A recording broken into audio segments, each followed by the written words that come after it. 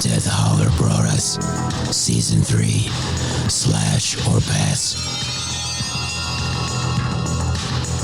It became the classic horror film podcast of its time. And now Death Holler brings us the most shocking season ever. 10 more parts. Season 4, Dead or Dead. Yeah, they're dead. They're all messed up. Imagine, if you will, that one of the hosts is absolutely terrified of zombies. So, what's the plan? Bash him in the head, that seems to work out. Now, accept the fact there is no escaping this horror. Death Holler brings back the dead. Remember, when you're in Death Holler, listener discretion is advised. With hospitality like this, you'll never want to leave.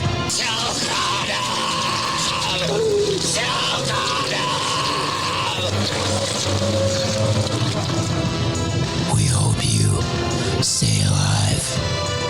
When there's no more room in hell, the dead will walk here.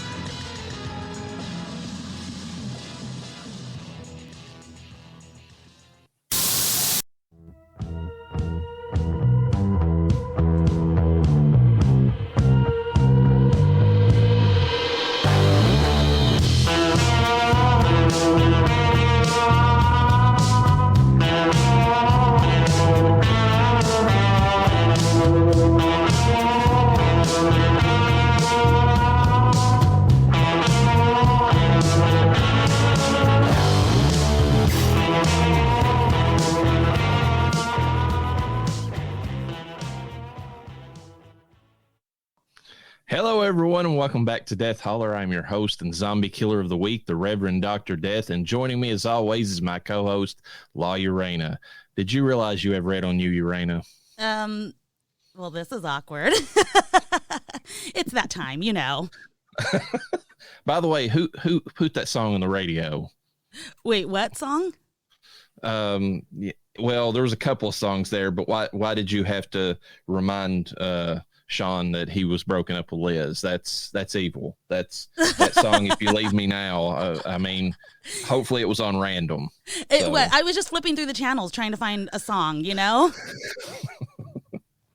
All right, it's April Fool's Day again, and a time when Urena and I get to review our favorite hybrid genre, the horror comedy. We've kind of touched on this already with Death Becomes Her and Warm Bodies, but we saved the best mix of laughs and scares for you with the two films we were discussing today. And for anyone who likes their horror films devoid of any humor, remember this: even the master himself, George A. Romero, realized there's something darkly comedic about the concept of a zombie apocalypse.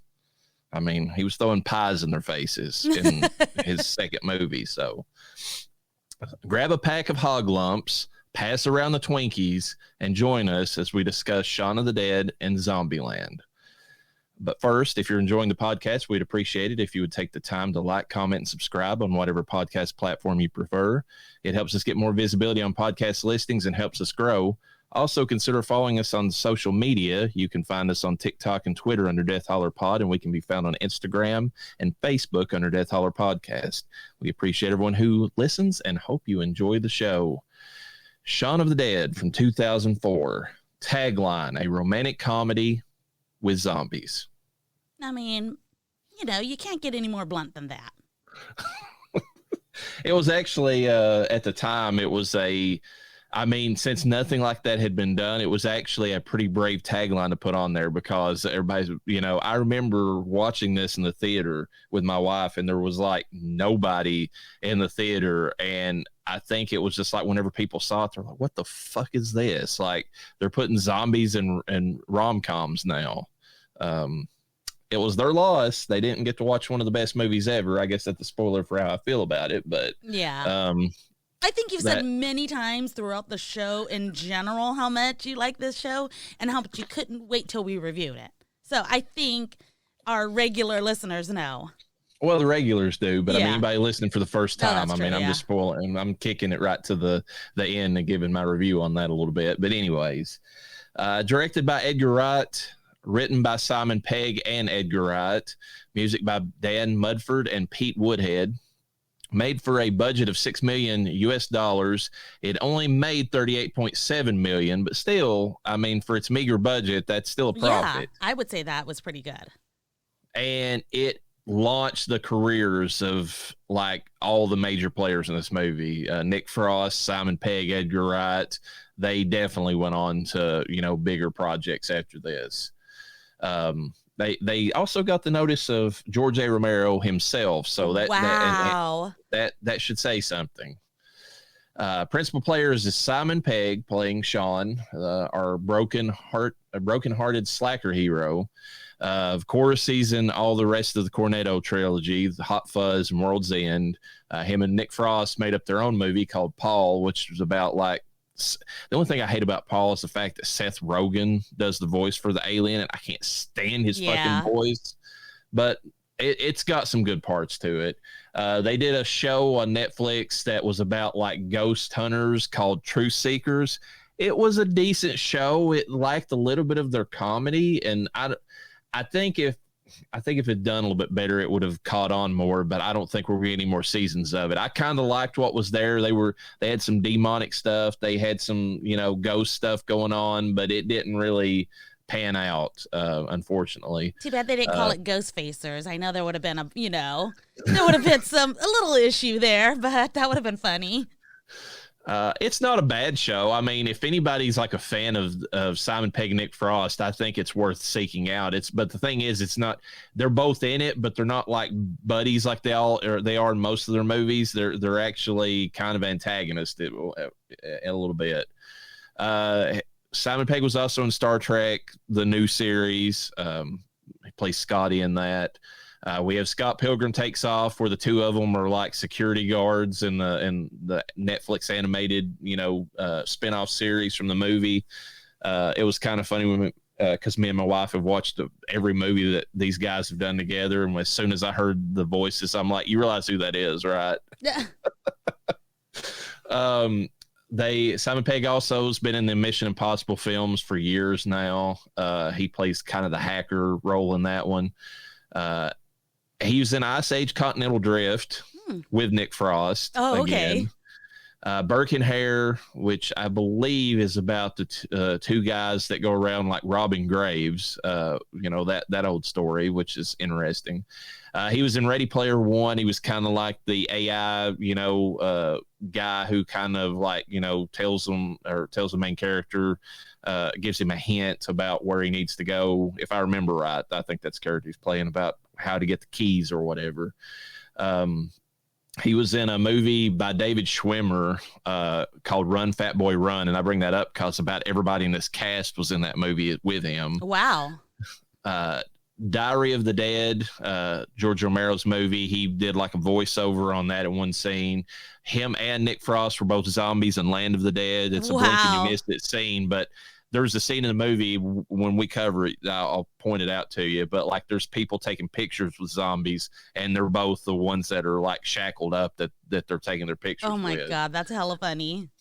Grindhouse, about everybody in this movie was also in that Don't trailer that Edgar Wright directed that's in between the movies.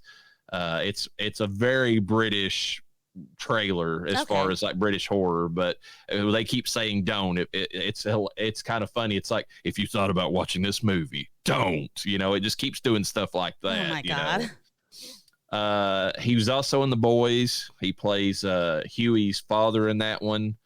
Which is funny because in the original Boys comic, Simon Pegg was actually the inspiration for Huey himself, and the character actually looks like Simon Pegg. And then he's also in Black Books, or at least an episode of it, and that I bring that up because one of the characters in the movie was the main star of Black Books, and about everybody in the cast is also in that. And of course, he was in Spaced, and that's what really led to this movie altogether, because there's an episode of Spaced that fed into this. Okay. I'm taking it back a little bit. I had no idea he was Huey's dad in The Boys. Now I'm putting, I knew, I just didn't know where I recognized that face from. Yeah. He's in that, and a lot of people pointed out that it's really funny because they kind of worked in. Who's the director of The Boys that was also over Supernatural? Kripke. That's what I'm thinking of. He kind of worked Simon Pegg back into the story, based upon the fact that he was the inspiration for you in the comics. We have Kate Ashfield playing Liz, who is Shaun's long-suffering girlfriend. Has to put up with going to the same fucking pub every night that they go out, which I'm sure would be hell. Oh, yeah. She was in a movie called Guest House Paradiso, which I didn't list, but Simon Pegg was also in a very weird British comedy movie, and a movie called Hangman, a horror movie called Hangman. Okay. Nick Frost plays Ed, who's Shaun's drug dealing layabout best friend. He's been in about everything. I mean, everything I just rattled off pretty much is the same. He was also in Tomb Raider from 2018. He was in The Huntsman, Winter's War, Ice Age Continental Drift with Simon Pegg again, Attack the Block, which is an interesting little British alien movie about a bunch of kids that have to fight off an alien invasion. He was also in 2 episodes of Black Books. He was in his own sci-fi type comedy in Britain called Hyperspace, and then he was in Spaced. We have Lucy Davis playing Diane, who's Liz's friend, amateur actress, and David's girlfriend. She was in The Office. She played the British version of Pam, who was named Dawn in that version. Okay. She was in The Chilling Adventures of Sabrina. She was one of Sabrina's in that series on Netflix. She was one of Sabrina's aunts, the heavier one. Yes, she gained a lot of weight since this movie. Yes. She was also in Wonder Woman 2017, and of course, she was also in Black Books for an episode.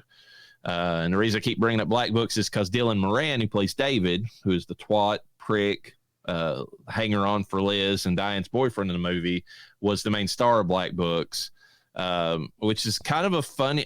To me, I thought it was hilarious. It's a very dark, sarcastic British comedy about this guy, or Dylan Moran's character, who basically his last name's Black, so hence the name Black Books. But like, he runs a little, used bookstore, and he's a complete prick to everybody who comes in. He's either smoking or drinking wine and just making horrendous, just throwing out like taunts at everybody who comes in to buy his books.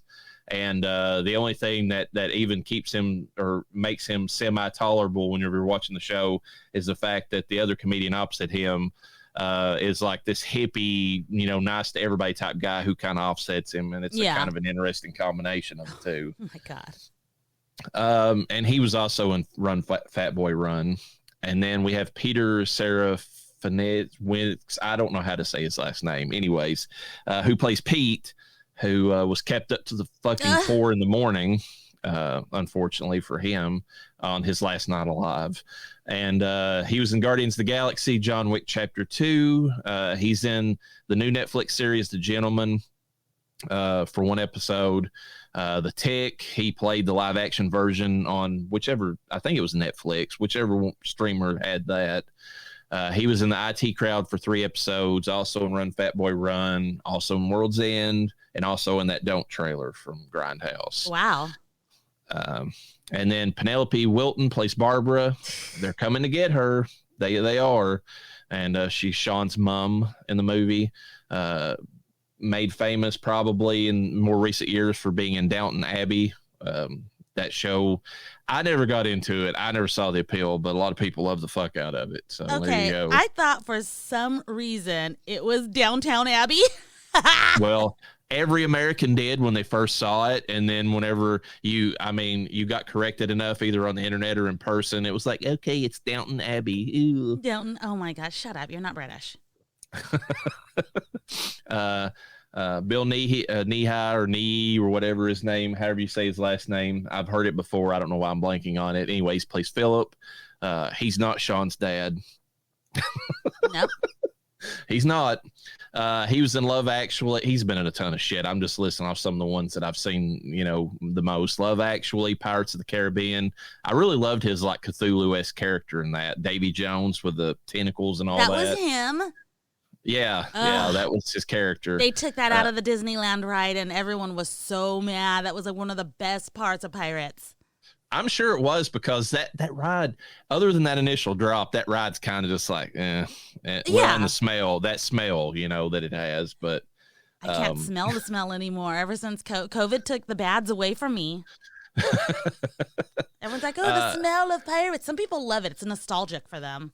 I'm like, okay. It's an interesting smell. I mean, if you don't have any nostalgia for it like I did, and whenever I went in 2020 during COVID, actually, which was a great time to actually see some of these rides, because even though the lines were a mile long because of 6 foot spacing, there was hardly anybody there. Yeah. And like we walked on to all the rides. Like I literally. love that. Yeah. At Disney World of all places. At Disney World, yes. Those were the days, I tell you. He's also in a time travel romantic drama called About Time. I really like that movie. I didn't think I would. I like a lot of time travel movies, but he plays like the father to the main character, and it turns out that everybody in that family, who the male heirs, end up having the ability to time travel, but they can only go back to points in their own life. And this is kind of a spoiler, but I have to say it, the reason I like that movie.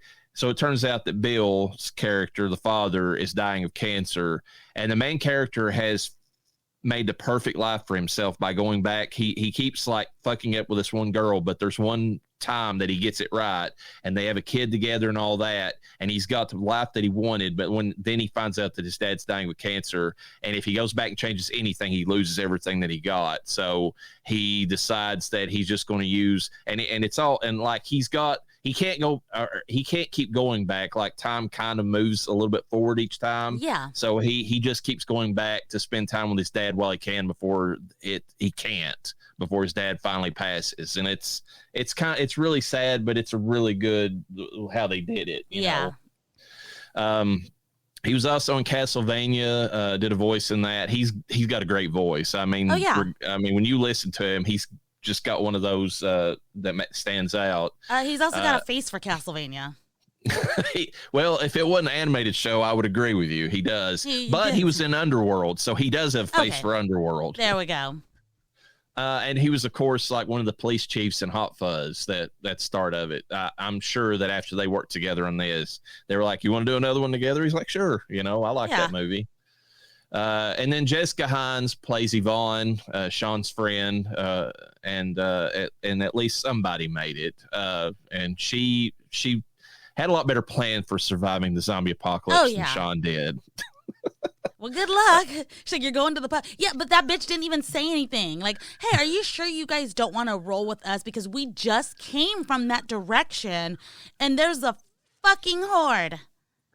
Well, yeah, but like you get the vibe in the movie that she's just like one of those cheery, like supportive types. It's like, well, have a great go of it. You know, I don't believe maybe it's you'll happen. do better than we did. I don't know. She was, of course, his flatmate in space. That's the reason. I mean, the two of them together made that show. Like it was their interaction, because the gist of Spaced is that there's these two late 20-year-old year olds who are basically they don't have jobs, or the jobs that they have are kind of shitty. It's like their part-time work, and they see an apartment listing for a couple, and neither one of them has anybody. They both broken up with their, significant others. So they join together in one of those situations where they claim that they're a couple just so they can get the cheap apartment.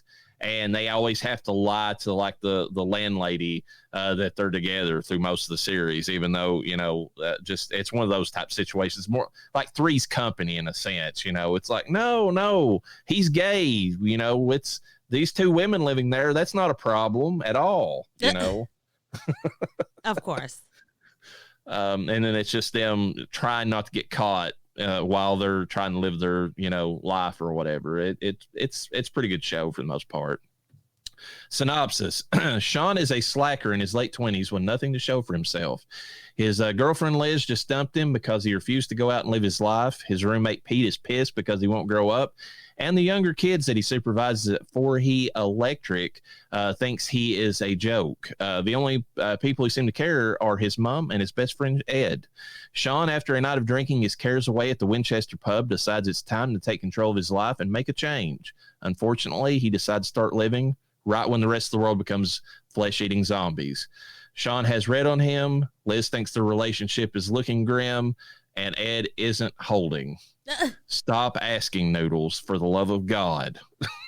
And don't call him in the middle of the zombie apocalypse and fuck everything over for everybody. Did you realize who Noodles was, by the way? No. That main kid who gives shit, who works for Shaun, who's giving him shit, is the guy who keeps calling Ed wanting pot throughout the movie. Oh, okay. That makes sense now. Yeah, because you can kind of hear his voice, and it's because I've watched this movie so many fucking times. I know, but like, I mean, and they're calling each other back and forth while, you know, in the initial scenes. So that's who it is. Other taglines: it's just one of those days when you're feeling a little dead. I mean, I kind of like that one. Buy milk, ring mum, dodge zombies. No. Shuffling into theaters September 24th. That's not terrible, but like it's such a specific date, you know? Yeah, well, that's one of those. Ever felt like you were surrounded by zombies? I hope not. I never want to feel like that. In a time of crisis, a hero must rise from his sofa. Yes. Yes. That's that one's a pretty good one. Yeah. Bought coffee, called mom, dodged zombies. No. The only reason I don't like that one is because A, I don't know that he even drinks coffee in the movie. Yeah. B, called mom, that's very American of them. Yes. And then, you know, so the other one's better about buy milk. And then, of course, this September, aim for the head. Okay, I like that one because even though they used September, they didn't use a date. Yes. So. And there's going to be a lot of quotes because that's what these movies are based off of, is their quotes. Starting out with this one, Pete, it's 4 a.m. And then Shaun's like, it's Saturday. And he's like, no, it's not. It's fucking Sunday. And I've got to go to fucking work in 4 fucking hours because every other fucker in my fucking department is fucking ill. Now, can you see why I'm so fucking angry? And then Ed was like, fuck yeah. But then he had a little owie on his hand. So, you know, that was probably making him a little cranky. Yeah, it wasn't the headache from the bite from the crackheads that attacked him. Shaun, as Mr. Sloan always says, there's no I in team, but there is an I in pie, and there's an I in meat pie. Anagram of meat is team. I don't know what he's talking about. Yeah, he totally lost me, but it was pretty funny. Shaun about Ed. He's not my boyfriend. And then Ed hands beer to Shaun. It's like, it might be a little warm. The cooler's off. And then Shaun's like, thanks, babe. Yeah, that was hella funny. That's actually from the show, because actually in that episode called Art from Space, there's almost an exact line where the actress who plays Yvonne in this movie looks over at him, and it's like, your boyfriend's on the phone, and he's like, he's not my boyfriend, and he's like, hey babe, what's happening? You know, it's the same thing, you know. You guys are so gay. After the gunfires in the pub proving Ed correct, and then Shaun's like, okay, but dogs can look up. That's like a running theme in the movie. Yes. Which, why? I don't know. It is that humor that's like, why would anyone say that? But I'm like, why the fuck would you not think a dog could look up? Have you ever thrown a treat in the air and a dog caught it? And then describing the zombies, Diane's like, just look at the face. It's vacant with a hint of sadness, like a drunk who's lost a bet. I love that line where she's trying to, like, you know, get into the improv of it and tell them how to act like a zombie, and she's giving them lessons. I mean, and she was right. They did all have a hint of sadness. It was a good description. It was. I mean, Shaun's mom killed it, but I love whenever they pan to her, like it's not just the lines themselves, but the way that they're delivered and the cuts to them. But it's like they're scrolling through there, and Diane's like, perfect, and then Barbara wakes up and she's like, I'm sorry, dear, what was that? I was totally gone. Yeah, I was in another place. Like, whoa. Sean, as Bertrand Russell once said, the only thing that will redeem mankind is cooperation. I think we can all appreciate the relevance of that now. And then Liz was like, was that on a beer mat? And he's like, yeah, it was Guinness extra cold. And she's like, I won't say anything. Yeah. Ed, any zombies out there? And Sean was like, don't say that. And he's like, what? That? What? The Z word, don't say it. Why not? Because it's ridiculous. And Ed's like, all right. Are there any out there though? And then Sean's like, I can't see any. Maybe it's not as bad as all that. And he turns his head. He's like, oh no, they're there. Yeah. There's a lot of them. Liz, goodbye, Ed. Love you. And then Ed's like, cheers. And then Sean's like, I love you too, man. And Ed's like, gay. Ed, no, go ahead, look at me. Can I just say one thing? I'm not going to say, there's plenty more fish in the sea. I'm not going to say if you love her, let her go. And I'm not going to bombard you with cliches. But what I will say is this: it's not the end of the world. And then, of course, that's when the zombie knocks on the door and everybody looks around and it's perfectly timed. I mean, the way that they do it. Yeah. All right. Movie review. Obviously, I'm just going to go ahead and say it's 5 out of 5. Might as well get out of the way. There's no point to belabor it for me. And I'll say the reason why. First, visually, if we're going to bring this up, the zombies look perfect in this movie. Yes, they were zombies. They were actual zombies. They were Romero-style zombies. They were clearly dead. They had the right look about them. They had that weird, cataract, gray eye or whatever. Because that's how they noticed that Mary's, fucked up. It's like, what's wrong with her eyes, looking at her. Speaking of that, visually, the scene where Mary falls on the pipe in the yard and then the hole, just like Death Becomes Her. Yep. The scene where the one zombie, which he's actually, the actor was an amputee, but the one that was in the suit that looked like he was getting ready to go to a wedding had his arm ripped off. Yeah. I mean, that stump looked perfect. I mean, as far as that goes, the blood in the movie all works out. The scene at the end of it, or toward the end of it, where David gets torn apart by the zombies as he's being pulled out, and then the guts come out. That was the perfect, and I've got that in the trivia. That's a perfect reference back to Day of the Dead when Rhodes gets his stomach torn out. Choke on him, but also it looks perfect. The guts coming out and everything. It is exactly what it needs to be. And there's little scenes in the movie too that I love, like when he walks into the little convenience store, when the zombie apocalypse has started in full, and there's the blood that he doesn't even notice, the handprints that are on the door, just little things like that. And he slips on blood too. You don't see it, but he slipped on blood. Yeah, he slips on blood, and then Nelson, the Indian storekeeper's walks out of the back, and I just want to bring this up too. Even when I watch this movie, when it's not even the zombie apocalypse yet, and he's just seeing the beginnings of it, which they do a really good job in the background. He's always kind of seeing parts of it, like the homeless guy eating the pigeon or whatever. Yeah.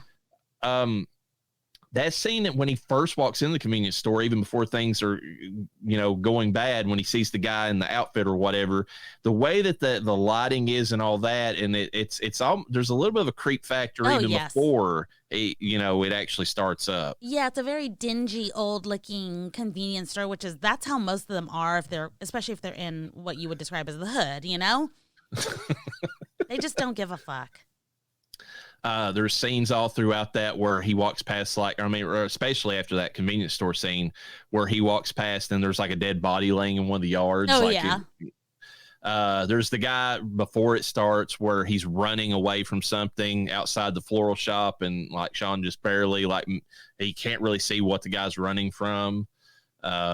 It sets up everything visually in perfect manner. What do you have to say about it? I mean, I could sit there and gush about this movie all day, but yeah, I know you're saying everything. Literally, they had so many details, and it's funny because I actually related to Sean because one of the scenes, he's sitting and he's just flipping through the channels, and the news is trying to warn him, but he's just trying to get to the entertainment.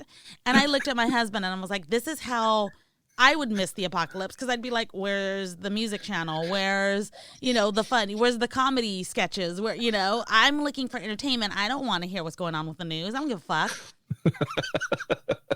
I love that scene too because that goes more into like the story, like the screenwriting part of it. But every time he flips, it adds to the story. It's like there's panic on the streets of London. People are being eaten alive or whatever. I've got it in the trivia like the exact lines or whatever. But like it all feeds in it tells you the story if you listen to each part. And they do it twice. I couldn't find the second one because the second one was the one I was going to use. For before I decided to just flip to different songs because this fucking, I mean, I know I don't want to jump straight ahead to music, but I'm sorry, their music was amazing in this fucking movie. It is, yeah.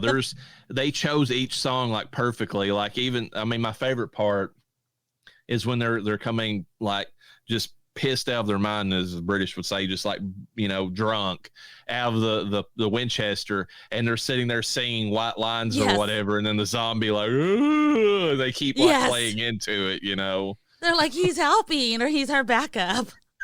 Which, speaking of that, another visual thing that just reminded me, the guy and the girl like making out when Shaun enters the pub, and there's a creep factor to that because you know that the zombie apocalypse has started, so you don't know if they're like actually one's eating the other, but they are for a fact eating the woman's eating the guy whenever they come back out. Yeah, because his neck flops back, like completely like flops off of his head, or I mean off his neck. Like I mean it's a whole thing, and it's and they don't see it because they're not paying attention to it. No, of course, why would they?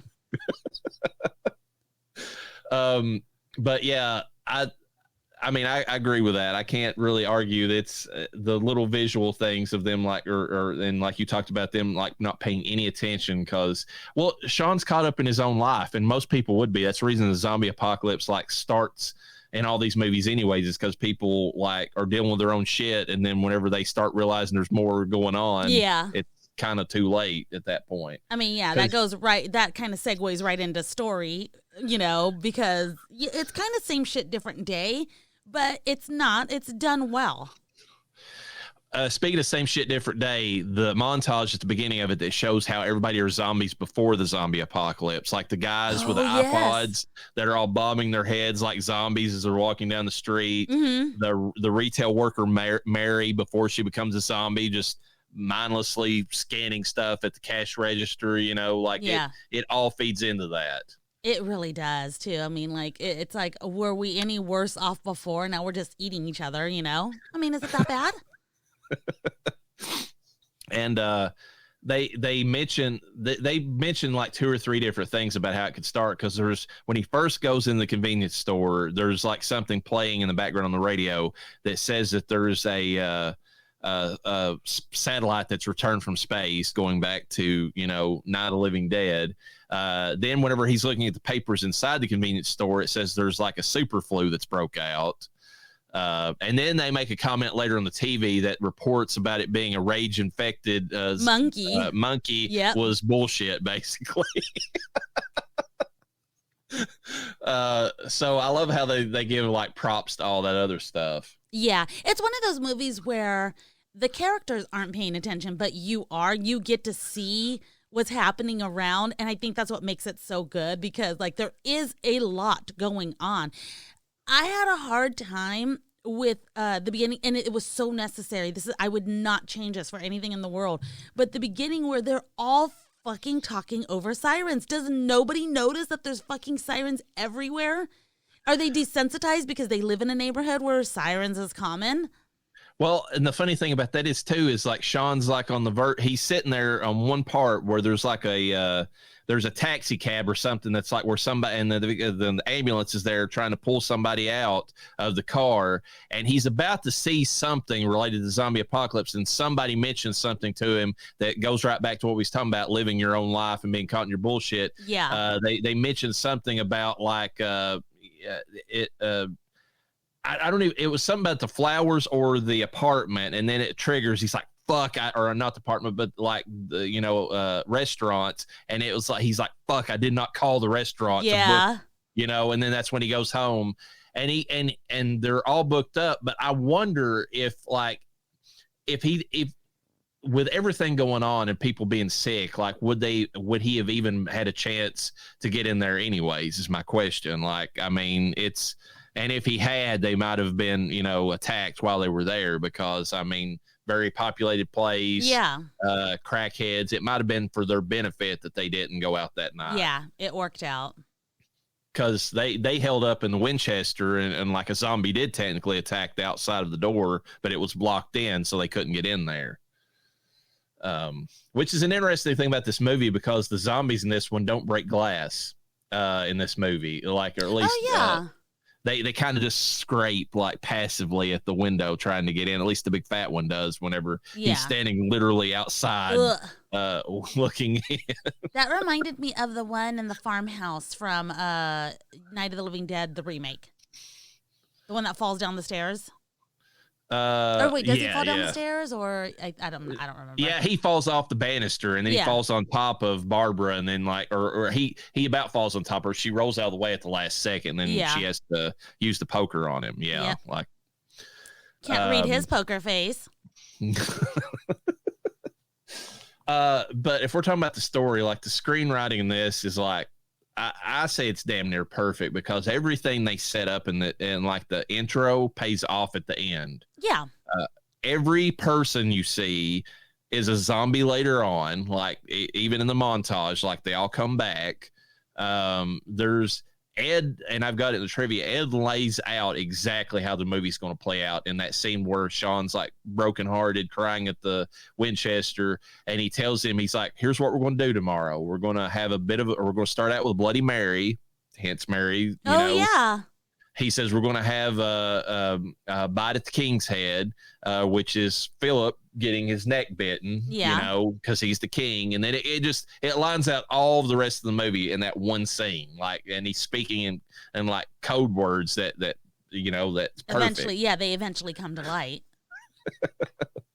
And they mirror everything too. I mean, it's like perfect, because anytime that one of the characters says, the next time I see you, you're dead. Yes. Next time they see them, they're dead. Yep. I mean, it all works out. Especially that the scene where Shaun, that's another thing that goes back to what I was talking about, the visual stuff that plays back again. Shaun's in the bathroom at the beginning of the movie, and he flips the mirror just a little bit, and Pete's standing right behind him. Yes. And you get a little bit of a shock, but it's so much worse later on in the movie whenever Pete's, and he sees the shower silhouette, and he's like, fuck. Yeah, like, shit. And I mean, they don't back off of the scares in this movie. Like, I mean, the threats are still there. They handle it the way I think a zombie movie should handle scares, where the threat is there no matter how slow or not strong these things are.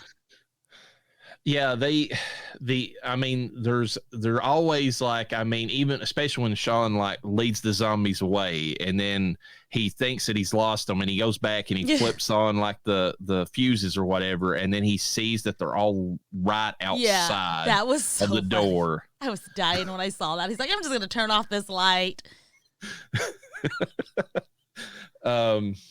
And then that one scene where he like climbs up the combination of the horror and the humor is perfect in that scene where they're wanting to know how many zombies there are between them and then the Winchester, and he crawls up the little like kid's ladder, and then you don't see anything, and he crawls back down, and they're like, well, is there any there? And he's like, lots. Like, he says it in such a scared way, and then it pans up and it just shows you the horde of zombies that are outside. They're just going to the place that they know. You want to go where everybody knows your name, especially when you don't know your name. The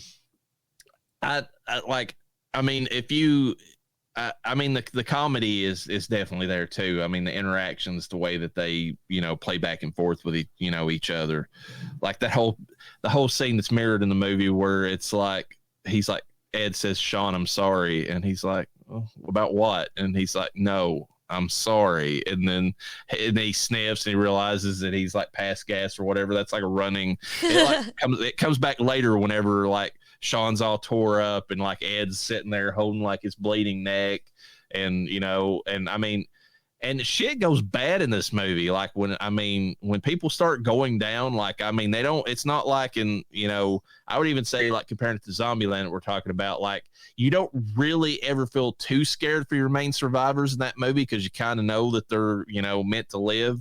But in this one, like, people start dropping like flies toward the end of the movie. Yeah. That when the Winchester, whenever the zombies break in, like, there's no real helping it. What do you think about the fact that Shaun's such a shit shot with a rifle? Oh God, that was so funny. Even because, like, I'm like, why didn't you give it to? Is Ed his friend? Ed, yeah. Because when Ed was playing, he was guiding him. Oh, to the left. Oh, to the right. Blah blah blah. And Ed was hitting the shots in the video game. But then in real life, Shaun had the fucking gun, and Ed's like, oh, 2:00, whatever, and he knew where that area was. So he was going, to that, point to shoot, but not making the shot. And then what's his name? The guy was like, 11:45. He's like, keep it simple. Yeah. No. And then later, whenever the two of them are having their heartfelt moment in the basement of the pub, it's like he hands him the gun. And he's like, I'm dying. And he's like, why don't you keep it? He's like, I'm rubbish with it anyways. And it's like, you're not wrong. You're not wrong. Shaun should have stuck to the cricket bat, which I love because it's so British, but like perfect at the same time. I was asking my husband, I was like, what is that? And he's like, oh, because it looks like a paddle to me. It probably is technically called a paddle, but it looks like an actual paddle you would use, kayaking or something. And he's like, oh, that's cricket. And I was like, what the fuck is that? He's like, some British form of baseball that sucks and everybody hates.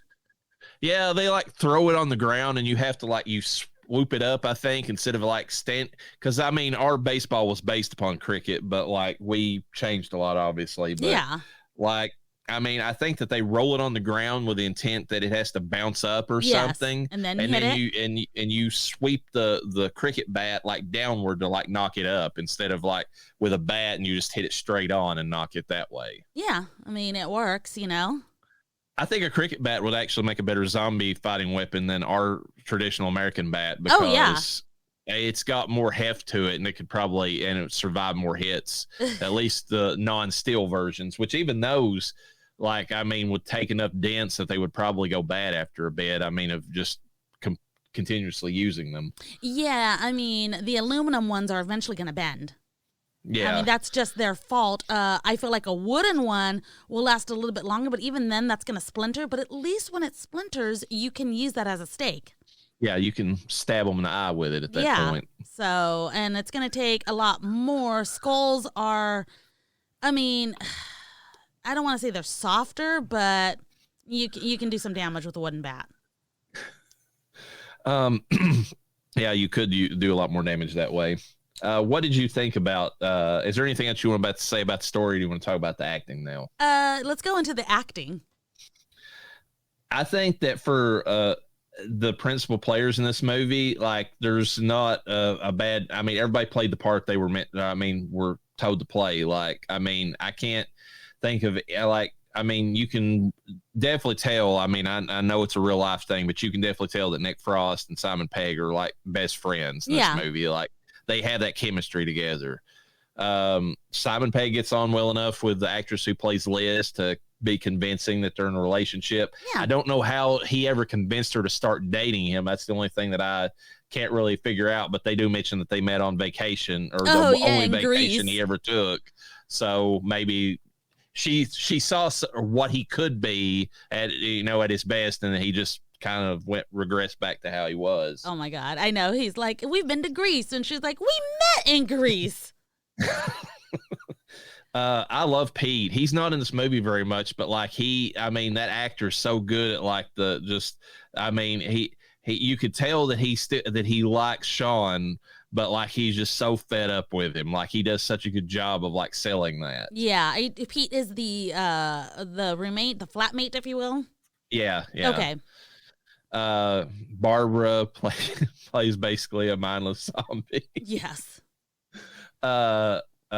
Bill plays, I mean, like the stepdad perfectly. Like that scene where he's dying and he has that heartfelt, like that's a really good scene. Like between the two of them, he's describing. He's like, I know I wasn't always, the best, person out there, but when your dad left, I thought I could be a father to you. And then like that whole scene's well acted between the two of them. And then like Dylan Moran playing David is like, I mean, he plays that part of like the friend zone guy perfectly. Like you could tell he's resentful that he had to settle for Diane, even though Diane's gorgeous in this movie. Yeah. So I don't know why but whatever. And there's something to be said for the way that the actress plays Diane, because you could tell, like that scene where she's discussing the Winchester, she's like, I've known for years, I've come to accept it. You need to accept it too, and just realize that you are still pining for Liz and be done with it.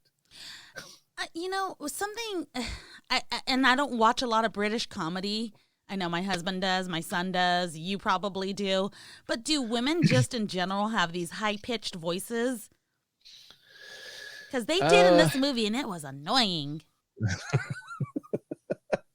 I wouldn't say that all of them, no, because I'm trying to think of, in particular, I would say one of the most famous ones that crossed over between America and Britain was Absolutely Fabulous or whatever, with those two women that just drink and smoke and both of them, due to probably the smoking part of it, because they're chain smokers in the show, have very, lower, okay, kind of that raspy smoker's voice or whatever. So it's definitely not all of them have that high pitched squeak. And Diane, I mean, she was in Chilling Adventures of Sabrina, and she had her moments of high pitched, voicing when she needed to, but she also had her moments of regular talking, what I would consider, when she was playing Sabrina's aunt. So that's why I was like, okay, is it just a thing to keep them, squeaky sounding, if you will?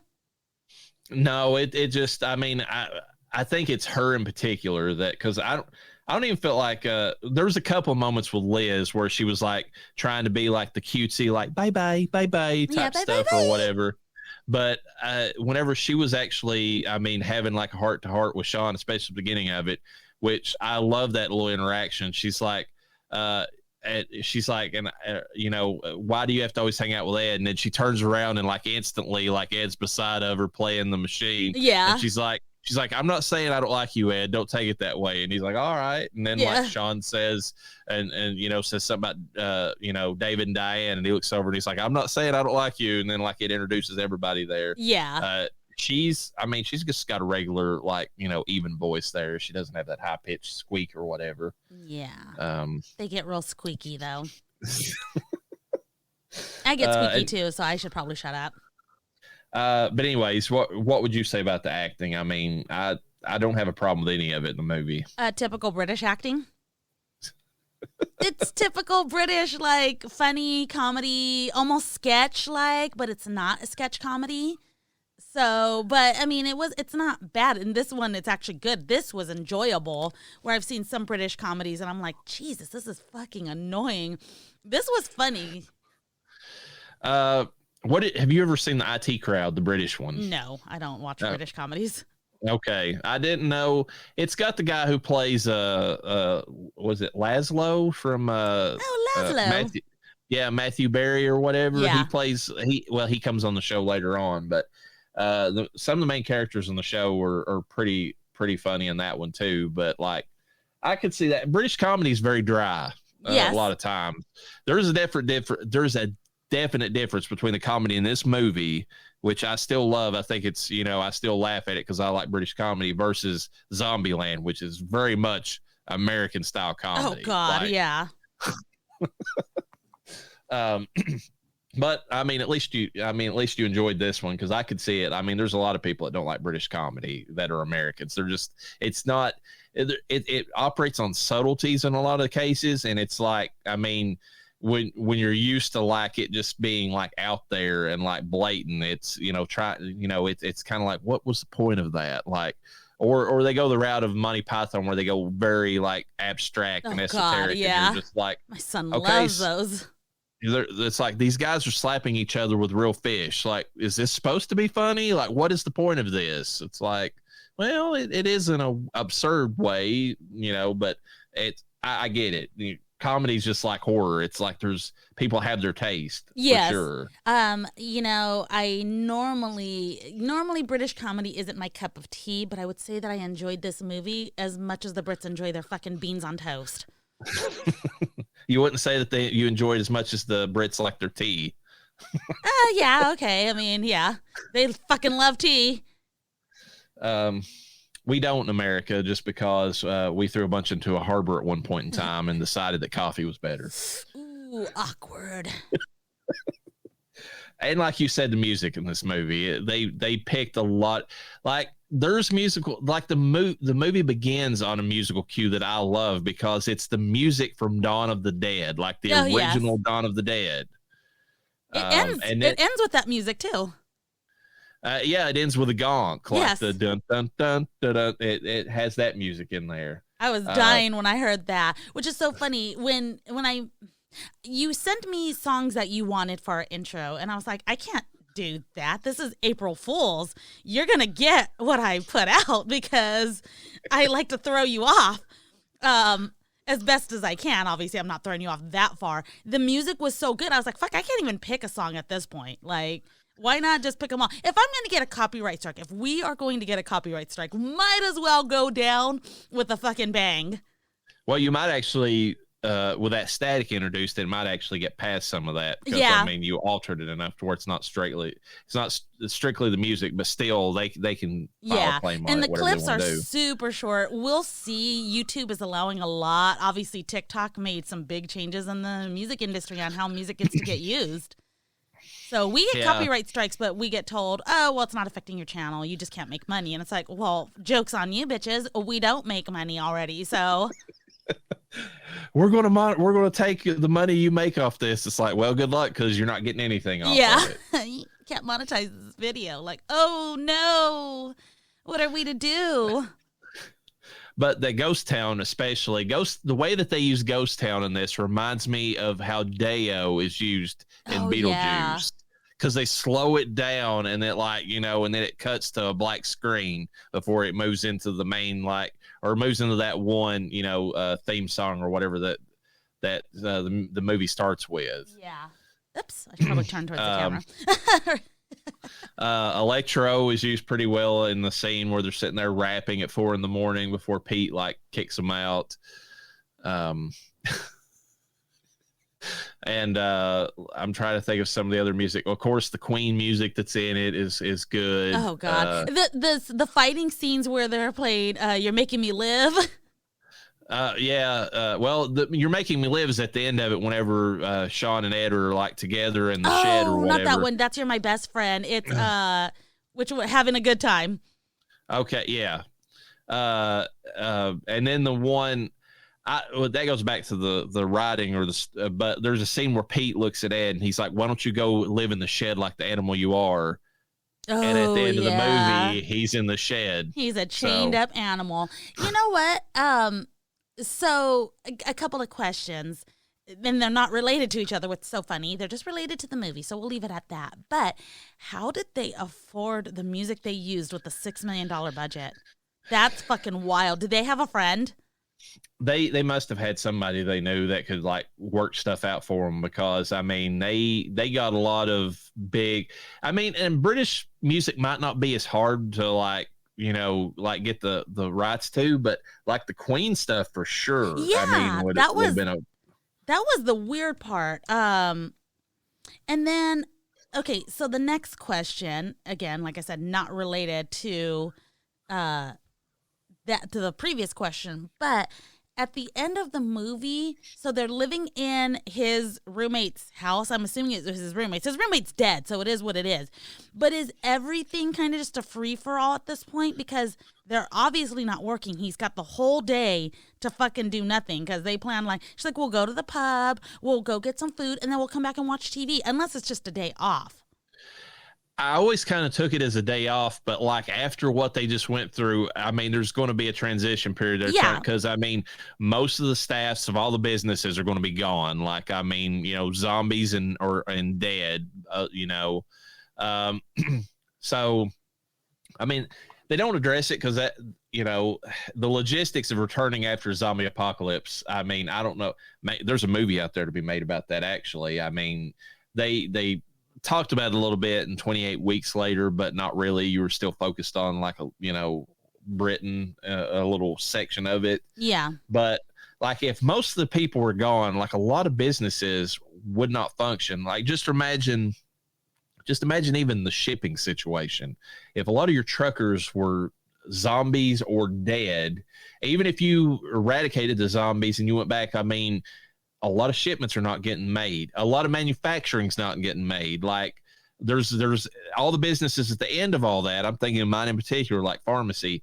There wouldn't be medicine to even give out to people. So what would you do? I mean, yeah, that's weird. I mean, but it seems like they have money to go out. It seems like businesses are still happening because she's like, we're going to stop by the pub, so that's, I don't know. I was just like, I was overthinking it, but these are things to think about. Well, and speaking of the pub, they would have had to have went to another pub because the Winchester, like the owners were dead. Yes. Everybody in the pub besides them was dead. And they practically burnt it down. Well, that's true too. Yeah. Yes. So multiple things. Because like I personally, if I loved the pub as much as they did, I'd be like, hey guys, I'm running this pub now.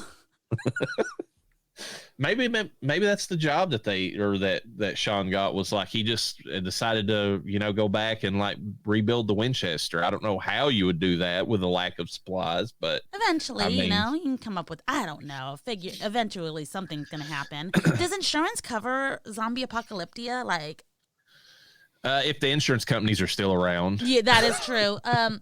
They always try to use act of God as reasons to not cover. We don't cover acts of God, and you can actually now legally in California where I live, you can actually say you need to prove that God exists.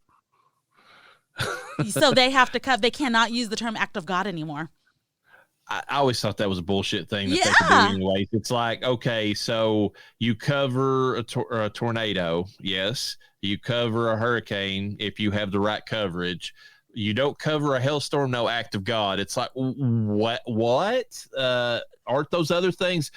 You didn't look at the fine print. It's like, God, you really suck. Like, there's everything about this is awful. I mean, I get that they get, shafted by people who make false claims, but like when people, aka the people in Maui, really need their insurance to pay and you don't, fuck you. But the Maui situation is a different story. That's just set up. Anyways. I went on. So a lot of the music used in this film was courtesy of EMI Records, which did Ghost Town by the Specials. They did all of the Queen songs, as well as one or two others. And then there's one song from Universal, and one song from Warner, or excuse me, a couple songs courtesy of Warner Strategic Marketing UK. So I think they have their own. You're right. I think the UK specifically has their own types of, I don't know, distribution. Probably, yeah. So yeah, and it's specifically, some of them say specifically UK. So Kinetic Records and Warner Strategic Marketing UK. EMI, though, I don't know what EMI is, but that doesn't say anything about the UK, and that had a lot of the bigger songs. So they had some kind of relationship where EMI gave them a killer deal on some of these Queen songs. So I'm like, $6 million is a low budget, and they had a better soundtrack than most films that we've reviewed. Yeah, and poor Romero, like he's sitting there, like, which I mean, granted, he chose to do that a little bit on Dawn of the Dead, but like he's sitting there like pouring through like basic files of like uncopyrighted music to put in his movies, and they're getting like Queen songs in theirs. I mean, God bless Romero though, because he made some of those songs popular. The Gong. Yeah, he made that popular. I mean, the music that they used at the beginning of this, that's iconic. As soon as you hear it, you're like, that's Dawn of the Dead. Like, I remember that little bit or whatever, you know. So if you can use the music to your benefit like that, I guess that just, you know, that's even better. But yeah, let's get into some trivia. let's do it. George A. Romero, creator of the movies to which this movie pays homage and lampoons, was so impressed with Simon Pegg and Edgar Wright's work that he asked them to cameo in Land of the Dead as zombies. That is just fucking insane. What an honor. Well, I mean, I think that they were like over the moon whenever they met him. And rightfully so. I mean, you know, like I've said before, he was one of the nicest people you can meet. Like he would actually, he gave you the impression that he cared whenever he talked to you, which is, you know, like some of these celebrities when you meet them, and I'm not throwing Tom Savini under the bus, but I'm definitely not defending him. Tom Savini sometimes will literally just sit there and eat food in front of you and look at you like, are you done? Are you done? You know, that sort of thing. So Simon Pegg does not look anything. I would have never been able to recognize him in Land of the Dead. They did a good job with his makeup. I mean, Romero obviously learned some things. Well, it was probably, who was it? Probably Tom Savini that did the makeup. I don't know if Savini or Greg Nicotero who did The Walking Dead, because Nicotero started to take on a lot of Savini's work later on. And this is the first time in like so many podcasts where I remember Greg Nicotero's name, but I've been kind of a little bit watching The Walking Dead again. So there you go. You said Nick Frost was in Land of the Dead? He's right next to Simon Pegg in that scene. Like he's the other zombie. I don't see him. I'm looking. Maybe you'll have to send me a picture because I see him chained up, but I see the skinny person next to him. And unless Nick Frost lost a ton of weight for a minute. No, they're both zombies. So if the person standing next to him is alive, then that's definitely not him. No, yeah. There's a lady in the middle, and then there's Simon Pegg, and then there's this other zombie that's a lot skinnier than fucking Nick Frost. Nick Frost did lose some weight for a bit. Now he's gained it back and probably heavier than he was even in this movie. Yeah. But I mean, age does what it does. Oh yeah, he's happy. That's all we care about. When asked by an interviewer why they chose to have slow-moving zombies instead of running zombies, Simon Pegg simply replied, "Because death is not an energy drink." Thank you. And that's the thing I love about the contrast in this with Zombieland, because Zombieland goes back to the infected humans, which explains why they run. You can take out a Zombieland zombie by just regular human stuff that would kill them, as opposed to headshots. So that's a good contrast between the two of these movies. Shaun tells Liz that he's going to take her to the place that does all the fish. When he opens the phone book, you see that the restaurant is literally called Fulci's Restaurant, the place that does all the fish. And then, of course, Lucio Fulci, who we will be covering later. And I guarantee you'll hate those movies because they're slow burns. They have some good effects, but they're very weird. But anyways, he is a director well known for his zombie movies, especially in the Italian giallo genre. When Shaun, Liz, David, Diane, Barbara, and Ed run into an alternative gang, which I love that scene in the movie where they're all like, oh, yeah. There's another version of them. As they make their way to the Winchester, there are quite a few comedy partnerships brought together again. Simon Pegg and Jessica Hines, who played Tim and Daisy from Spaced, Lucy Davis and Martin Freeman from Dawn and Tim from The Office. So they combine them together again. Dylan Moran and Tamsin Greig, who played Bernard and Fran from Black Books. Julia Deakin and Nick Frost are, of course, in Space 2. And then as Marcia and Mike, respectively. So it was interesting that they combined them with their other comedy partners from their other film or, shows and all that. Shaun and Ed's friendship is based upon Simon Pegg and Nick Frost whenever they shared a flat together. So they literally lived this shocker. Life. Yeah. I have an update real quick. So it was why can't I think right now? The main character from Shaun of the Dead. Simon Pegg. Simon Pegg and Edgar Wright that was in Land of the Dead. And Edgar Wright was in Shaun of the Dead. It said he played the rabid monkey it doesn't go full into he's the one that does the. I got it in here. He's the one that does the voice that says that the rumors about it being a rage virus were, he's the one that does that announcing. Okay, so yeah, he was the other zombie in Land of the Dead next to fucking Simon Pegg. Okay, thanks for the clarification. Yeah, I'm sure there's people screaming at us over that. Millions of fans. Yeah, we have to correct. So.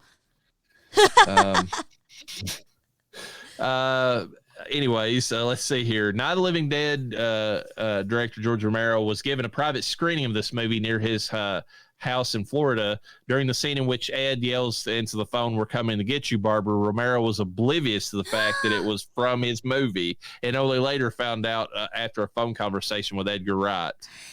That scene was so... no, I shouldn't say obvious because I'm just now realizing, and obviously he said it, but I heard him say it. It zoomed in on him when he said it, and I was like, why is this so relevant? Oh my God, I feel so stupid.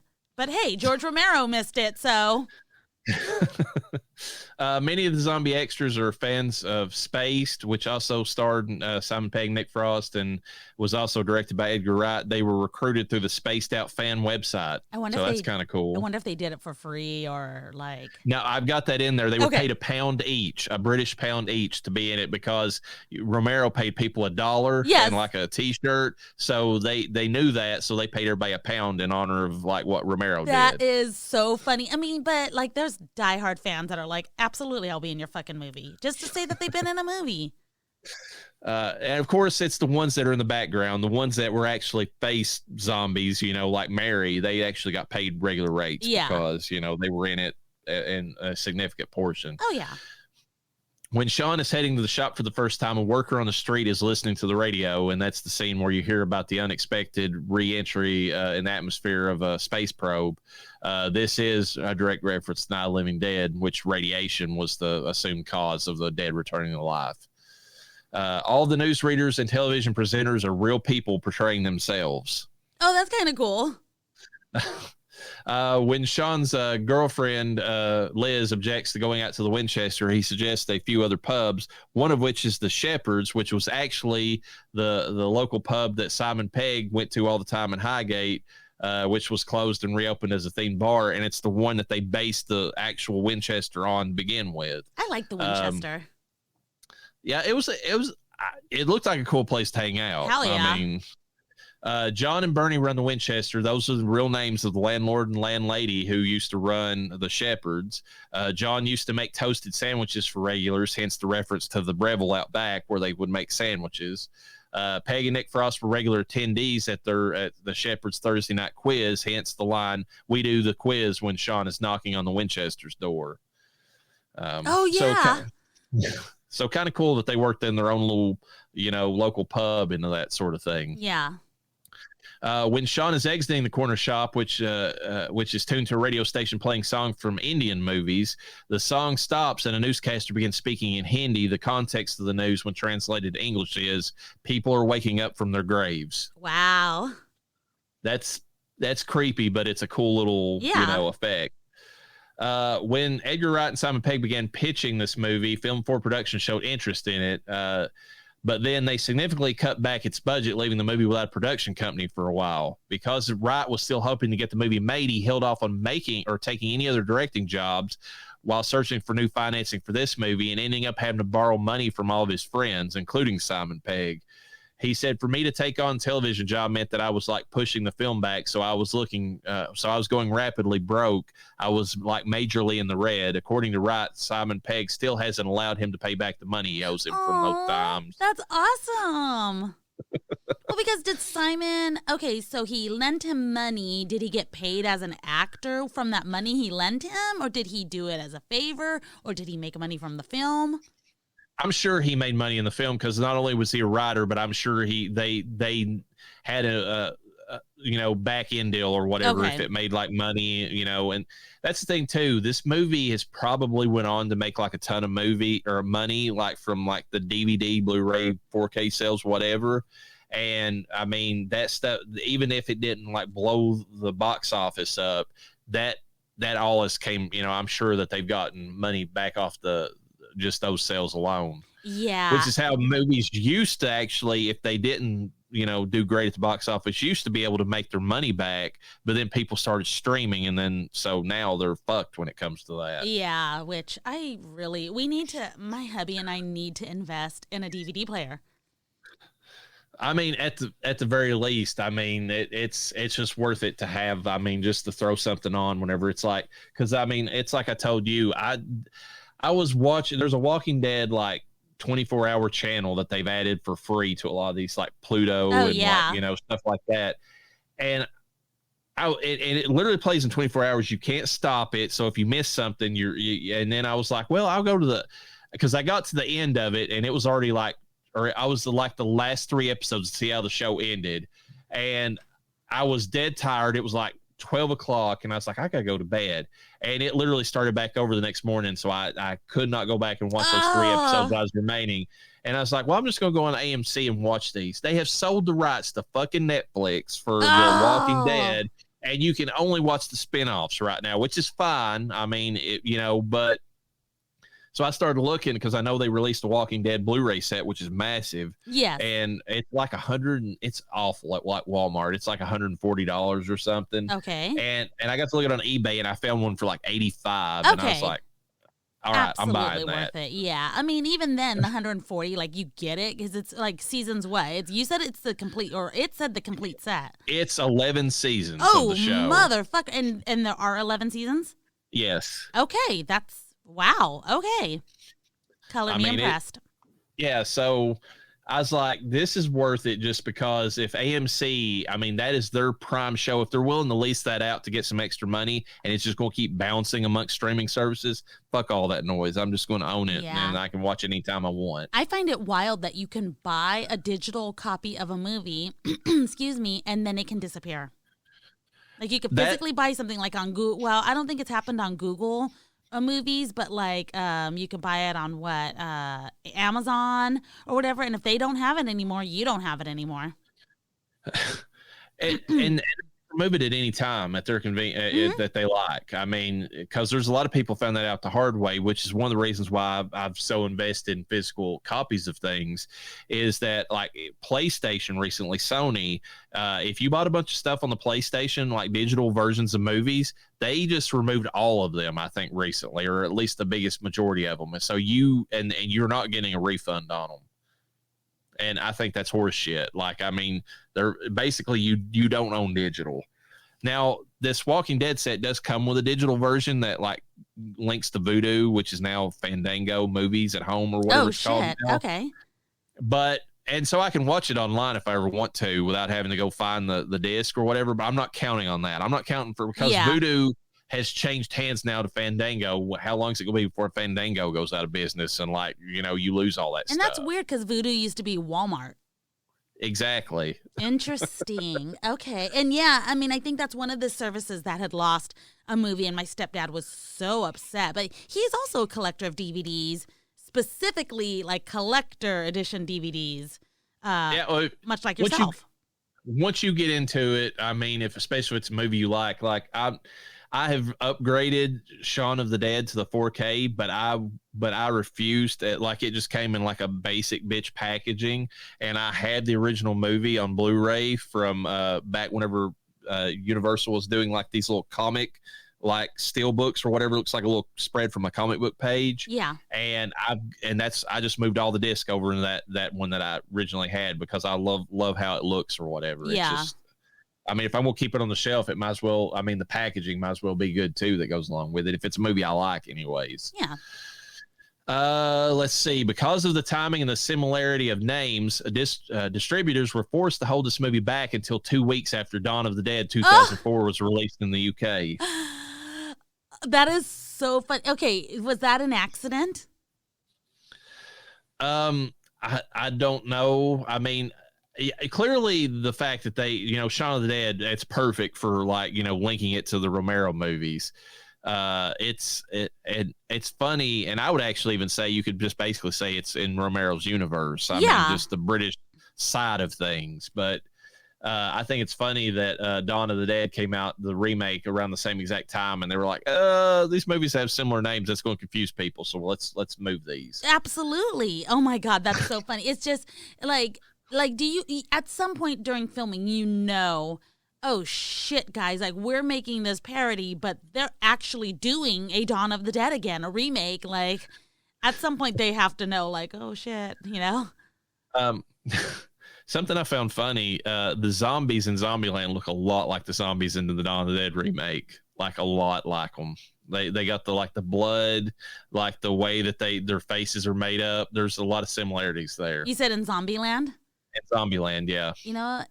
I'm just going to say it right motherfucking now because we're going to go into reviewing it here shortly. But I was taken aback. La Arena was offended and appalled. The zombies were fucking fast in Zombieland. But they're infected humans. They're not dead. Okay. You've redeemed it. All right, we can move on. Quentin Tarantino dubbed this as one of the top 20 movies made since 1992. He's not wrong. He's not wrong. It is, I mean, again, it's one of my favorite movies, period. Like, you could say what you want to. It's like, it's not true horror, man. It's got comedy. Fuck you. Like, it's got enough horror in this movie that it clearly falls into the genre. I don't care what you say about that. Yeah.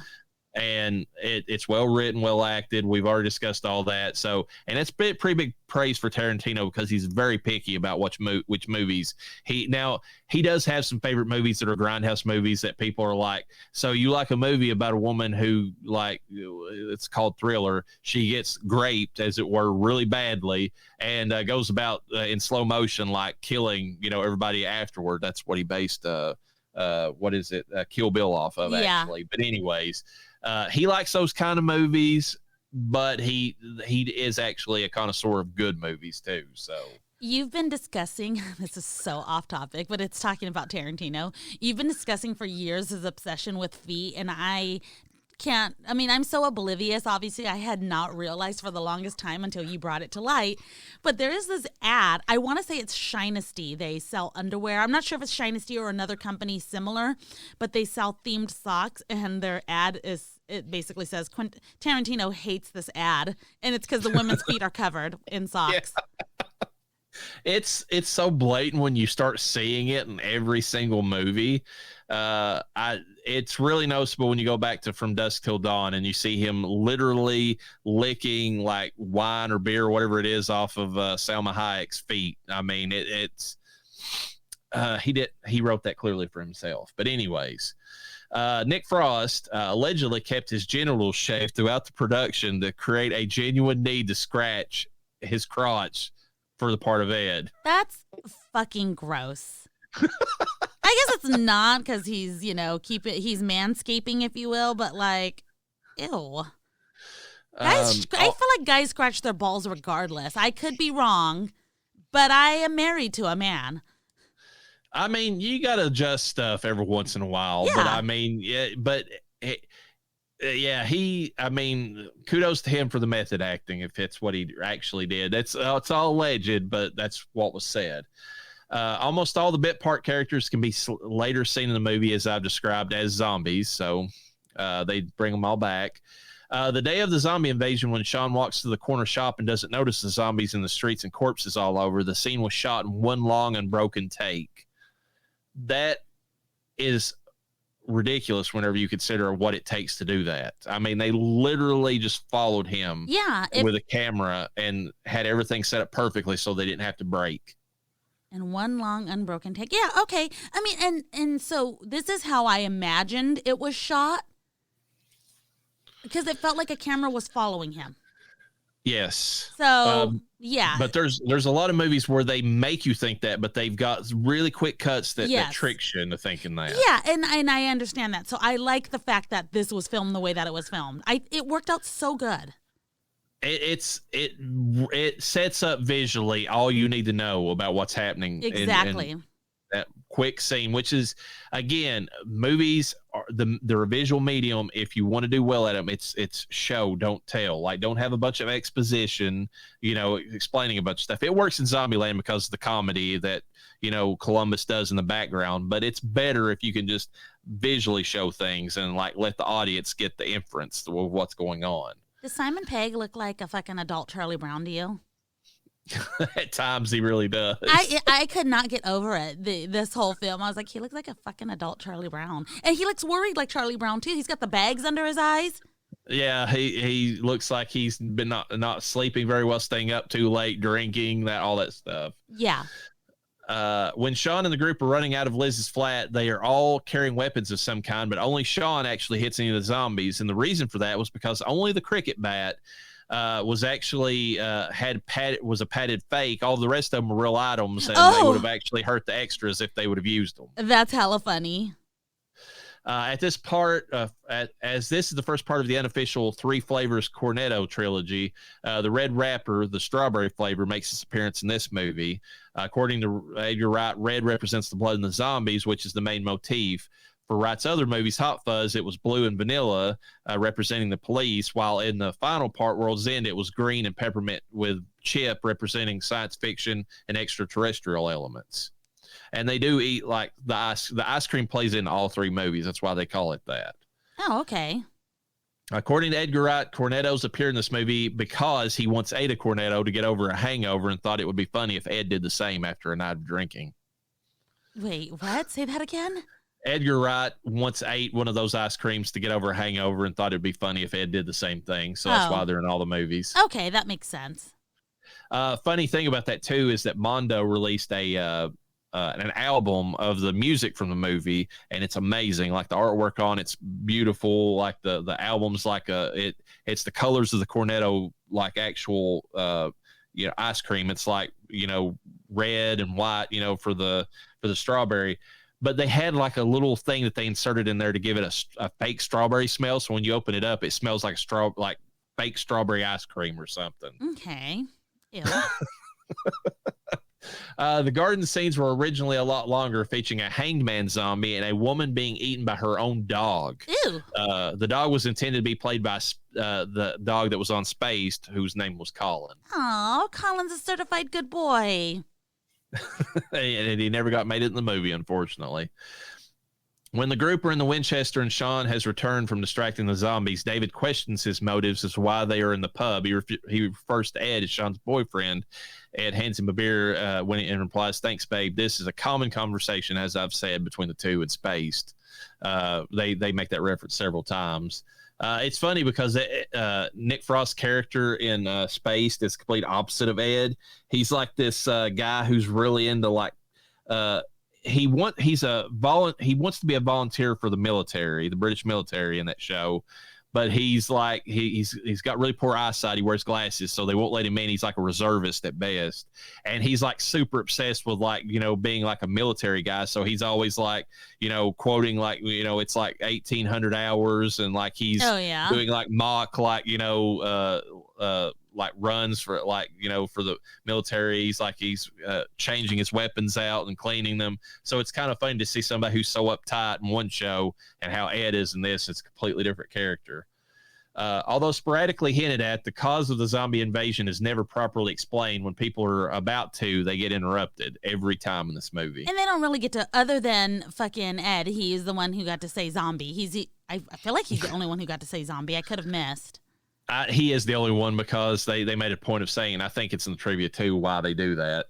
The zombie that Shaun and Ed find in their garden is Mary, the checkout girl from the credit montage at the beginning. A short story detailing her transformation into the undead was actually featured in issue number 1384 of the classic British science fiction comic 2000 AD. That went on sale April 7th, 2004. The strip was called There's Something About Mary. It was written by Simon Pegg and Edgar Wright with art by Fraser Irving. So, I've come into some random information that okay. I don't think it has anything to do with this film, but maybe might have something to do with the profits of the film. Simon Pegg married his wife in 2005. So what, 1 year after this? Yes. She was pretty small-chested. Not very long later, she's got some bazonkas. So I think that they did really well. I'm just throwing that out there. You're saying they made enough money from the movie to get her basically where she didn't have to be itty bitty titty committee anymore. Correct. Yeah. Right. I mean, and like she's still skinny because she was skinny in her wedding. And I know we all are skinnier at our weddings usually. We're younger and, but she went from like double A's to double D's, maybe even bigger than double D's. And her waist stayed small and the curves were kicking. But, she didn't gain a ton of weight. There's no way she gained weight only in her breastises. I don't think this is in this, and I don't think it's the apartment or flat that he has in this movie. I think it's actually the one from Spaced. But Simon Pegg fell in love with the area that, and it's probably not the same now. He might have moved since he got even more famous, but he fell in love so much with that area that he was like filming in around the time that this was made, that the neighborhood and everything, that he actually bought the apartment. That's where they lived at for years. It might still be where they live at, because I remember even 10 years ago he was still living there, but like he just loved how like low key it was, and how basically it was like such a small town, but they had everything within walking distance. Yeah, so he just bought the place. It would make sense that he lives there, because in London everything they don't really have, I mean, they have cheaper areas like we do, but you could tell that this area was not super run down. It was a nice house, and to have a flat like that out there in that kind of area is super fucking expensive. So it would make sense that they have 3 roommates there, because you really can't afford that by yourself. Now going to him in real life as a, at this point, now he's got a movie credit under his belt. And not only that, a successful one, he can afford to live there. So it would make sense. And I mean, I can't blame him, because I mean, it does look like, nice little urban area. If you're going to live in a place like that, it looks like a nice one to choose. Yeah. And I hear, the UK is different than we are out here. I think that movie stars are left alone out there. They're left to live their life. I mean, there's people that are crazed fans, like, don't get me wrong, but it's not like it is out here in America. Yeah, exactly. They don't have people like running up to them, and it's like, oh my God, you're so and so. I'm going to harass you and make your life hell. It's like, I mean, they have a little bit more, which they're not as. I mean, they're more. They get their star fuckery out of the way with the royals. They don't. I mean, we transpose the royal obsession to the Hollywood people. So yeah. The zombie that Shaun and Ed find in their garden, I've already said that. Let's see. In this movie, Shaun's mother calls him Pickle, and apparently that's not just something they made up. Edgar Wright's own mother used to call him that as a boy. Aww. Apparently, while she taught some of his classes at school, which was terrible for a kid because everybody made fun of him over it. Yeah, I mean, considering I call my son Booger, that's not something I would call him in front of his friends.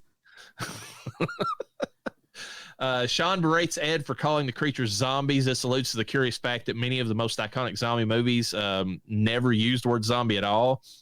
It can also be a reference to Danny Boyle, director of 28 Days Later, and his insistence that he did not direct the zombie movie. I mean, he's not wrong. Yeah, but like, you're not going to, we call them infected humans, but like when you go to see a zombie film, you're going to see a zombie film. You don't say, oh, I'm going to go, hey, you want to go see that new infected human film? It doesn't roll off the tongue quite like a zombie movie does. Yeah, sorry guys, they're zombies. We're gonna generalize you. Shaun walks past a road sign for Weston Park, which is a street in Crouch End, London, the same locale as Spaced, and where Simon Pegg now lives. There you go. Yeah. So he this whole area, he loved it so much. At one point, a zombie appears in a yellow cycling helmet and lycra shorts. He's comedian Michael Smiley, who appeared in Spaced as well as a bicycle courier named Tears, dressed in the same outfit. And that character is hilarious in the show because he's got the traditional, like, really bad English teeth, so it's kind of hard not to, like, notice him when he's talking. God. But he's one of those guys that's always on Molly, so he's like, every time he meets them, he's like dancing, like while he's delivering their mail. Okay. And it's because he's high as shit every time that he's on the show. He's hilarious. You know what would be a good, like, American version, a kind of similar version of this that I could think of would be like if Reno 911 did a zombie, film, and fucking Terry, which was Nick Swardson, the gay, I don't know what he did, but he was always in bicycle shorts or, slutty outfits, just doing Terry things. I know exactly the character you're talking about. He would be the equivalent if they were going to do something like that. And this would be like a very similar movie if they did something like that. It would be like the equivalent of this show, since you're talking about Spaced, and they did a whole ass movie with all the characters, I just can't see Lieutenant, was it Dangle? Deputy Dangle? Yeah, I can't imagine him surviving the zombie apocalypse. I mean, he likes to use his gun quite a bit, but... I think Dangle would be the one to accidentally make it. I mean, with those... You don't think Niecy Nash would be the one that would survive to the end? Like, I mean, she's got boss bitch energy in that show quite a bit. She might, and they might end up together. Who knows? But in them ostrich boots, just fucking new boot... I forgot what he said. New boot. Fucking. Oh God, I don't know. The episode where he somebody new boot steals goofing. The episode where it's probably on multiples, but like he gets his bike stolen, like it's hilarious. Yeah. Oh, all the time. And and the way he chains it up, like insanely, and it's still like the chains are all still there, all hooked up, but like his bike is it's gone instantly. Let's see. The rifle they used in the Winchester is naturally a Winchester Model 66. It's the same weapon that they used in Night of the Living Dead. Nice. Both of them. In both versions, yeah. First part of the first part of the Cornetto trilogy. Obviously, Hot Fuzz and World's End are the following ones. Both have horror elements to them, which I give applaud to. Because Hot Fuzz, even though it's a buddy cop movie, it's going to be in our human horror season. That's all I'm going to say about that. Here in the Death Holler, we love a fucking horror comedy. It's the horror in that one though is not like blatant. It only comes toward the end of the movie. Okay. World's End kind of mixes it in because it's another apocalyptic movie about aliens taking over like people's bodies. So that one kind of is mixed throughout the movie, and it's the weakest of the three. But I mean.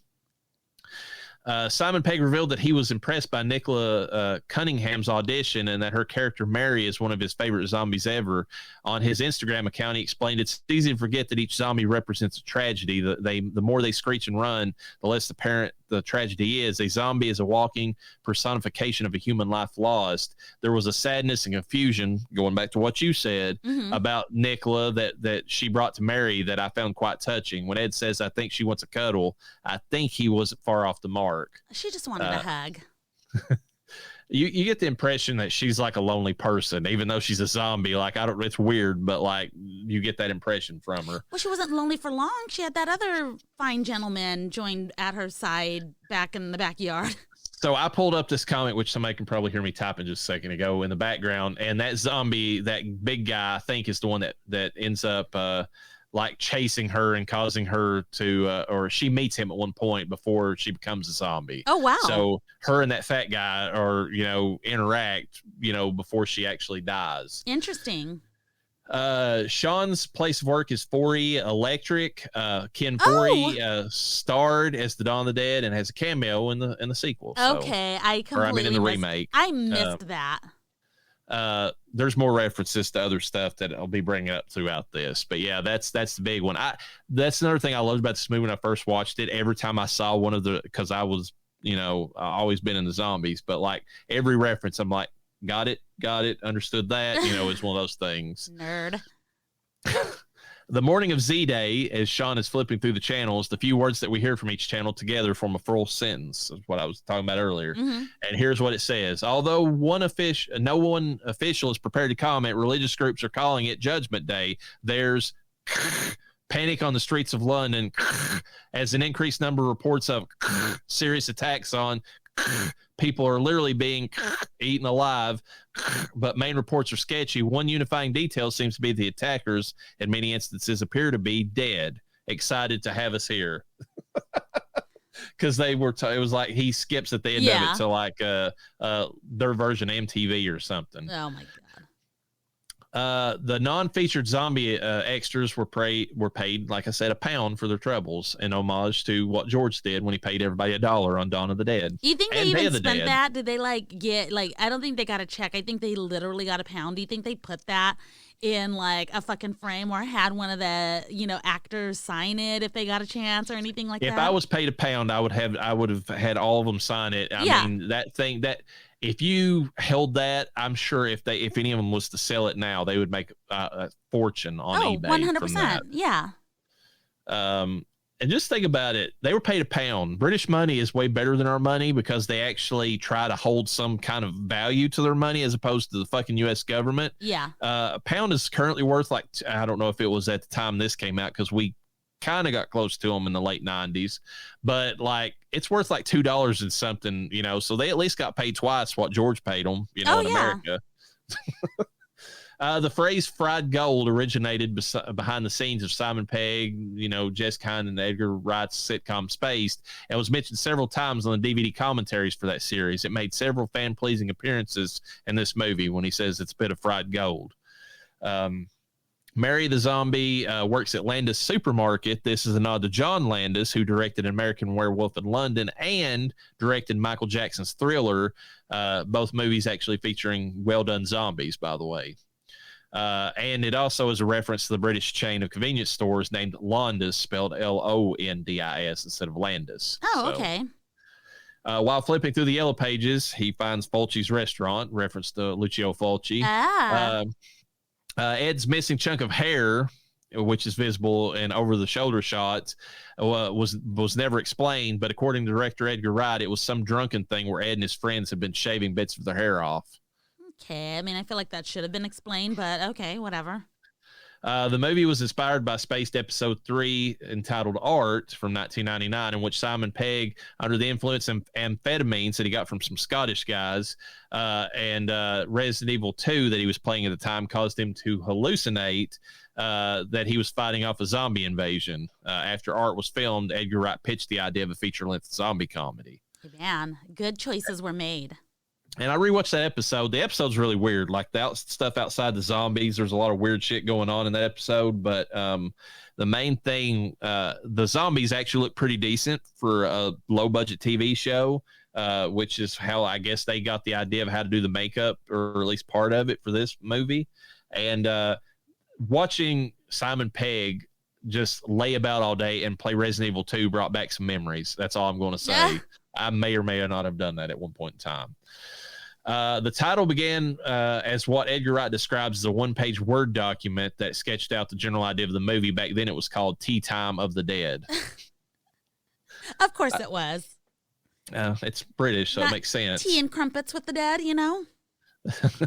Throughout this movie, homage is paid to several aspects of Capcom's original Resident Evil game series. A vivid example is during the scene in the pub cellar where a switch to activate the lift is only made visible by activating a lighter. Oh, yeah. So, that's from Resident Evil. Yes. The pajama zombie was originally scripted to walk along the pole upon which it was impaled, which is why it was hanging off the end when Diane is doing the zombie lessons. This pajama zombie had his voice dubbed over by Simon Pegg. Which, by the way, Simon Pegg does very good zombie impression. Yes, he does. Several times this movie, actually. This movie was shot over 9 weeks between May and July of 2003. Simon Pegg turned down a role in Dog Soldiers, which is a pretty big cult werewolf movie to do this film. When Shaun is on the phone with his mom, Barbara, Ed yells, "We're coming to get you, Barbara," reference to Night of the Living Dead.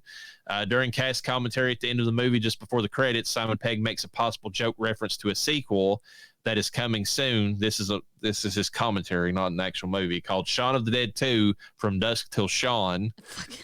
This never happened, but it may have been the plan before they called it the Blood and Ice Cream trilogy, was founded. This idea did have an afterlife, however, because a mocked-up poster for this exact movie can be seen in the Spider-Man Into the Spider-Verse movie in the background. Shut up. Shut the fuck up.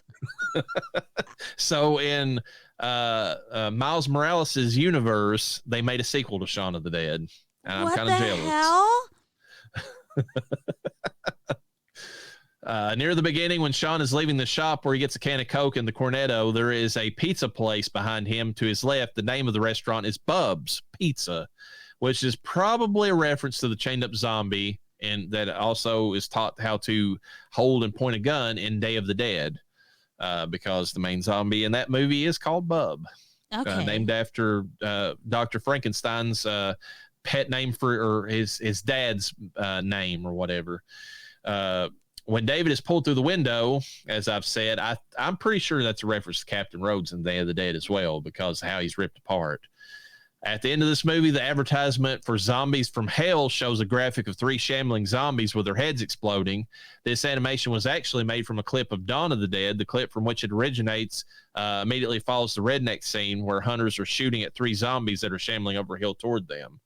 So they took clips from Dawn of the Dead and kind of worked it into that whole Ricky Ramirez or whatever, like defending, or, his self from like his parents trying to kill him at the end of that movie. Yeah. Ricky Ramirez, I think is his name, which I saw in the trivia for this and I cut it out because I don't know the validity of it. Somebody made the comment that whole thing about Zombies from Hell and the little kid killing his parents was a reference to the Menendez brothers.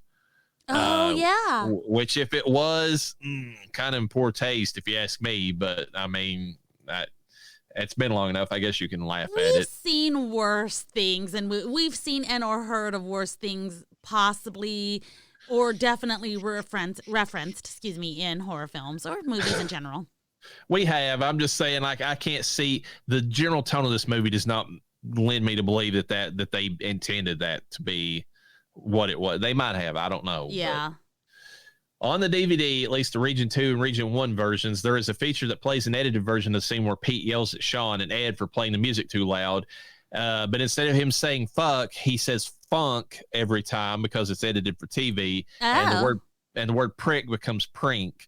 They have made that a feature on all the, media for this physical media for this movie, called it Funky Pete, because he just keeps saying funk like every 2 seconds. Shaun's phone and answering machine are the same exact ones that were used in Spaced. And it's actually funny because in that episode of Art that I went back and rewatched, when the phone rings, it's that phone. It makes the same exact sound. So it's kind of funny. That's funny. And it's so antiquated. It takes us back to the days where we have phones in our home. Yeah, landlines. Imagine that. When waiting out a rainstorm on set, Simon Pegg and Nick Frost came up with a concept for their 2011 comedic sci-fi collaboration called Paul. They handed producer Nira Park a sketch drawing of the title character Paul wearing an FBI t-shirt, flipping off the viewer with a caption that read, "In the U.S., everybody is an alien."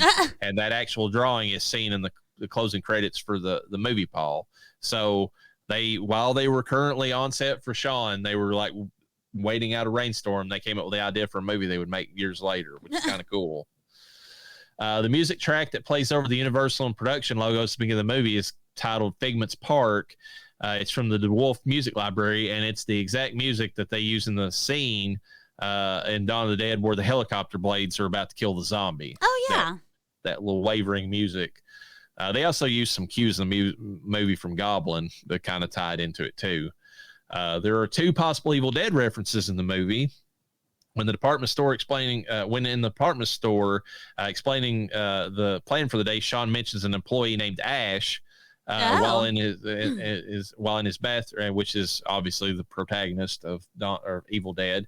But also while in his bathroom, Shaun tells zombie Pete that he is welcome to join us, as the Deadites say at the end of the first Evil Dead movie. So I don't know if that join us part is necessarily a direct reference, but whenever they said Ash, I thought instantly. And also the fact they work in like a retail store setting, and Ash that's his big thing, is he works at Edsmart.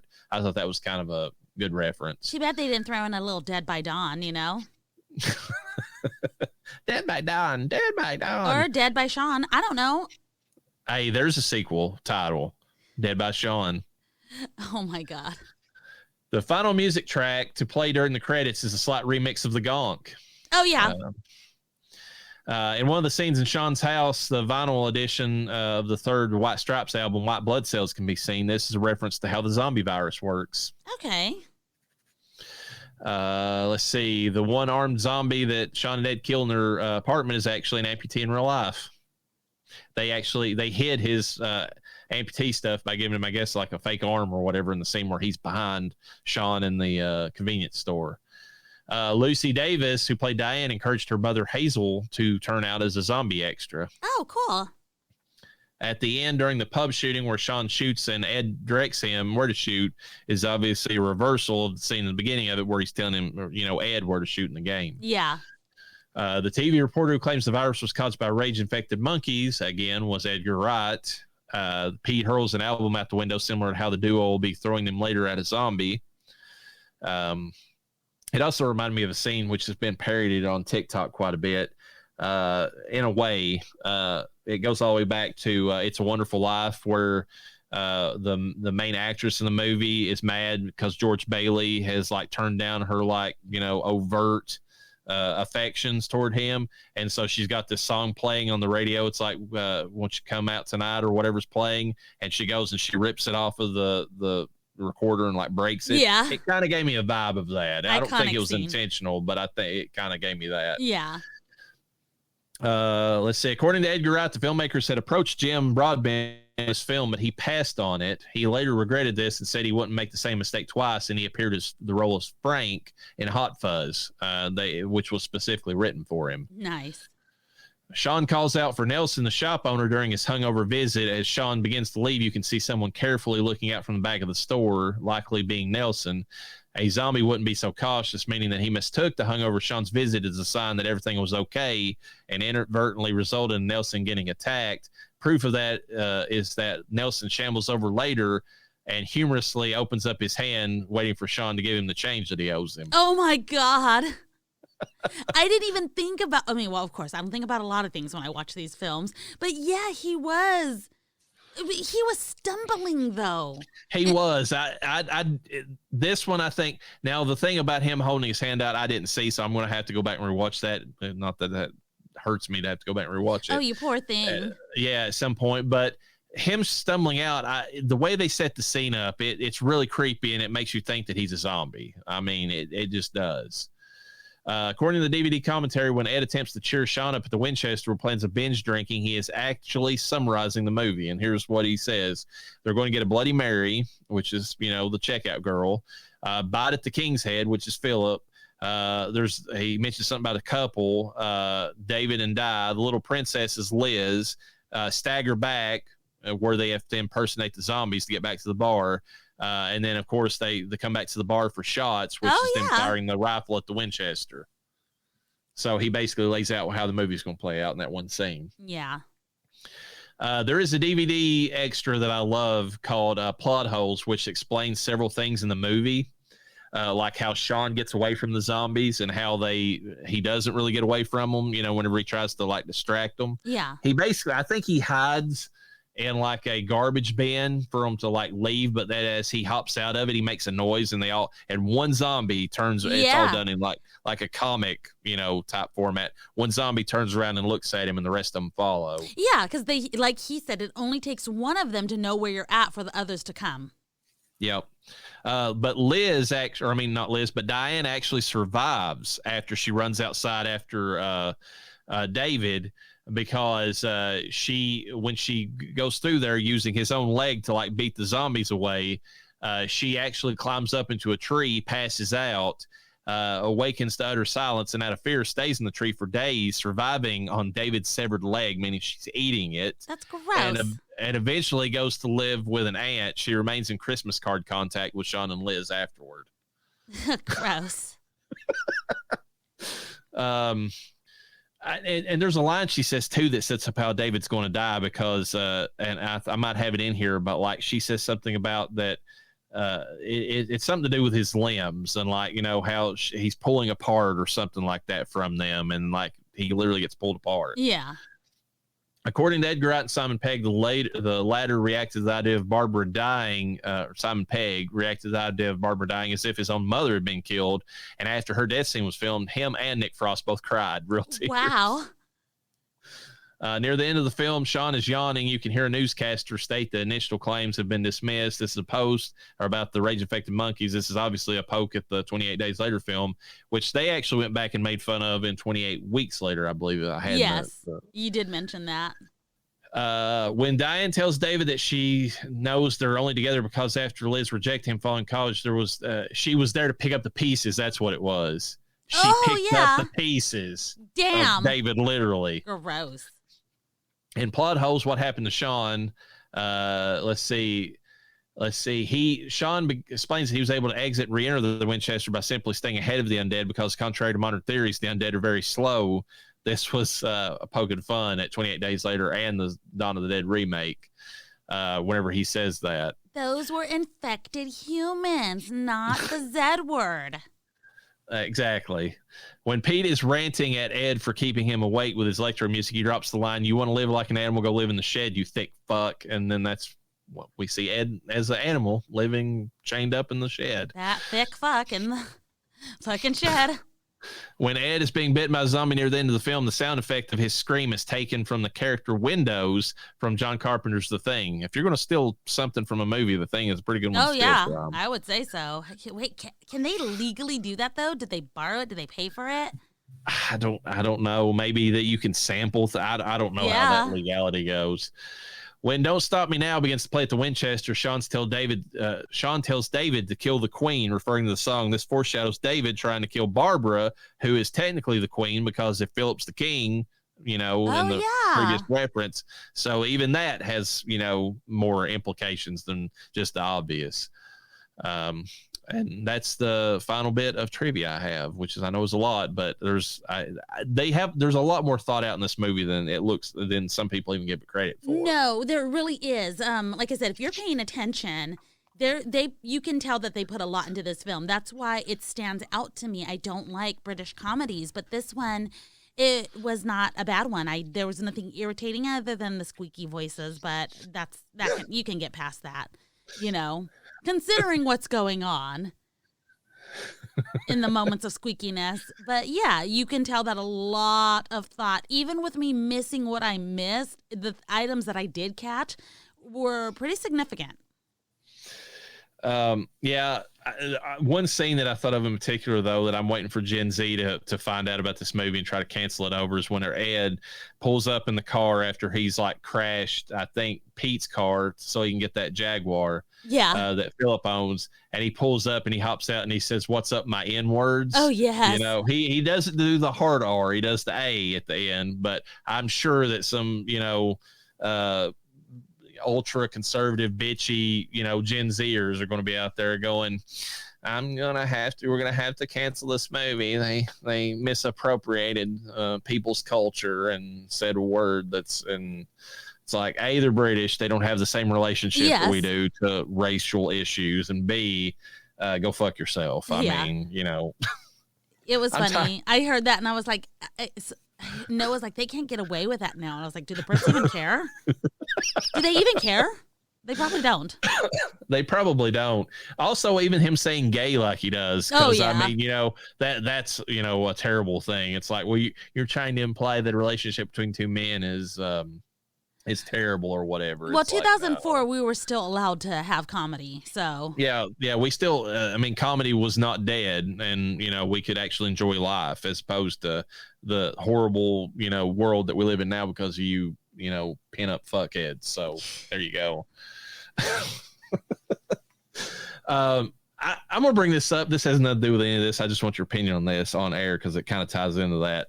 I saw an article saying that Gen Z, and I don't think I believe this, but it said that over half, or at least half, of Gen Z viewers are tired of seeing sex in movies and they want it removed.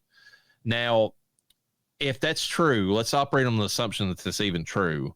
Do you think that it's either because they're so ultra conservative that they don't want to see it, because it says they prefer platonic relationships to be shown more in movies now? Okay. Do you think it has something to do with that, or do you think it's the fact that they've had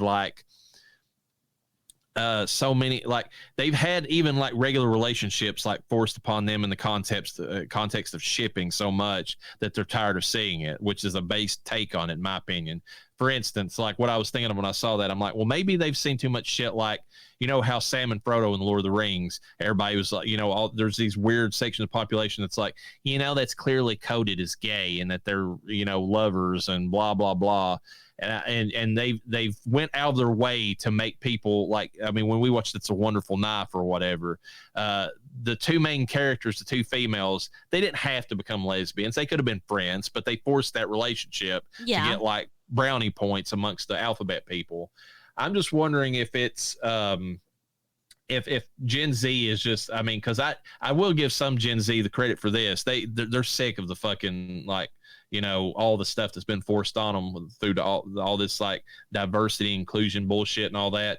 Maybe they're just tired of seeing it because they want regular friendships in movies, because anytime that two people are even halfway friendly to each other anymore, there has to be some kind of implied relationship, like sexually, in every one of their movies.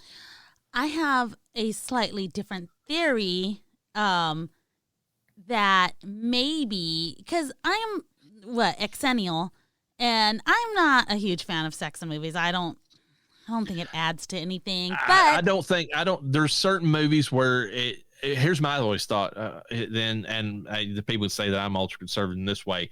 I don't mind the implication of it, but I feel like you don't have to show it. You can show somebody start to kiss somebody or start to undress, black cut to them laying in bed together, and then continue. You don't have to show the sex. Yeah. And whether they do or not, now I have completely flipped, because just listening to you talk about this, I think that the main reason they don't like it is because Gen Z doesn't know what a real relationship is. I don't think they do.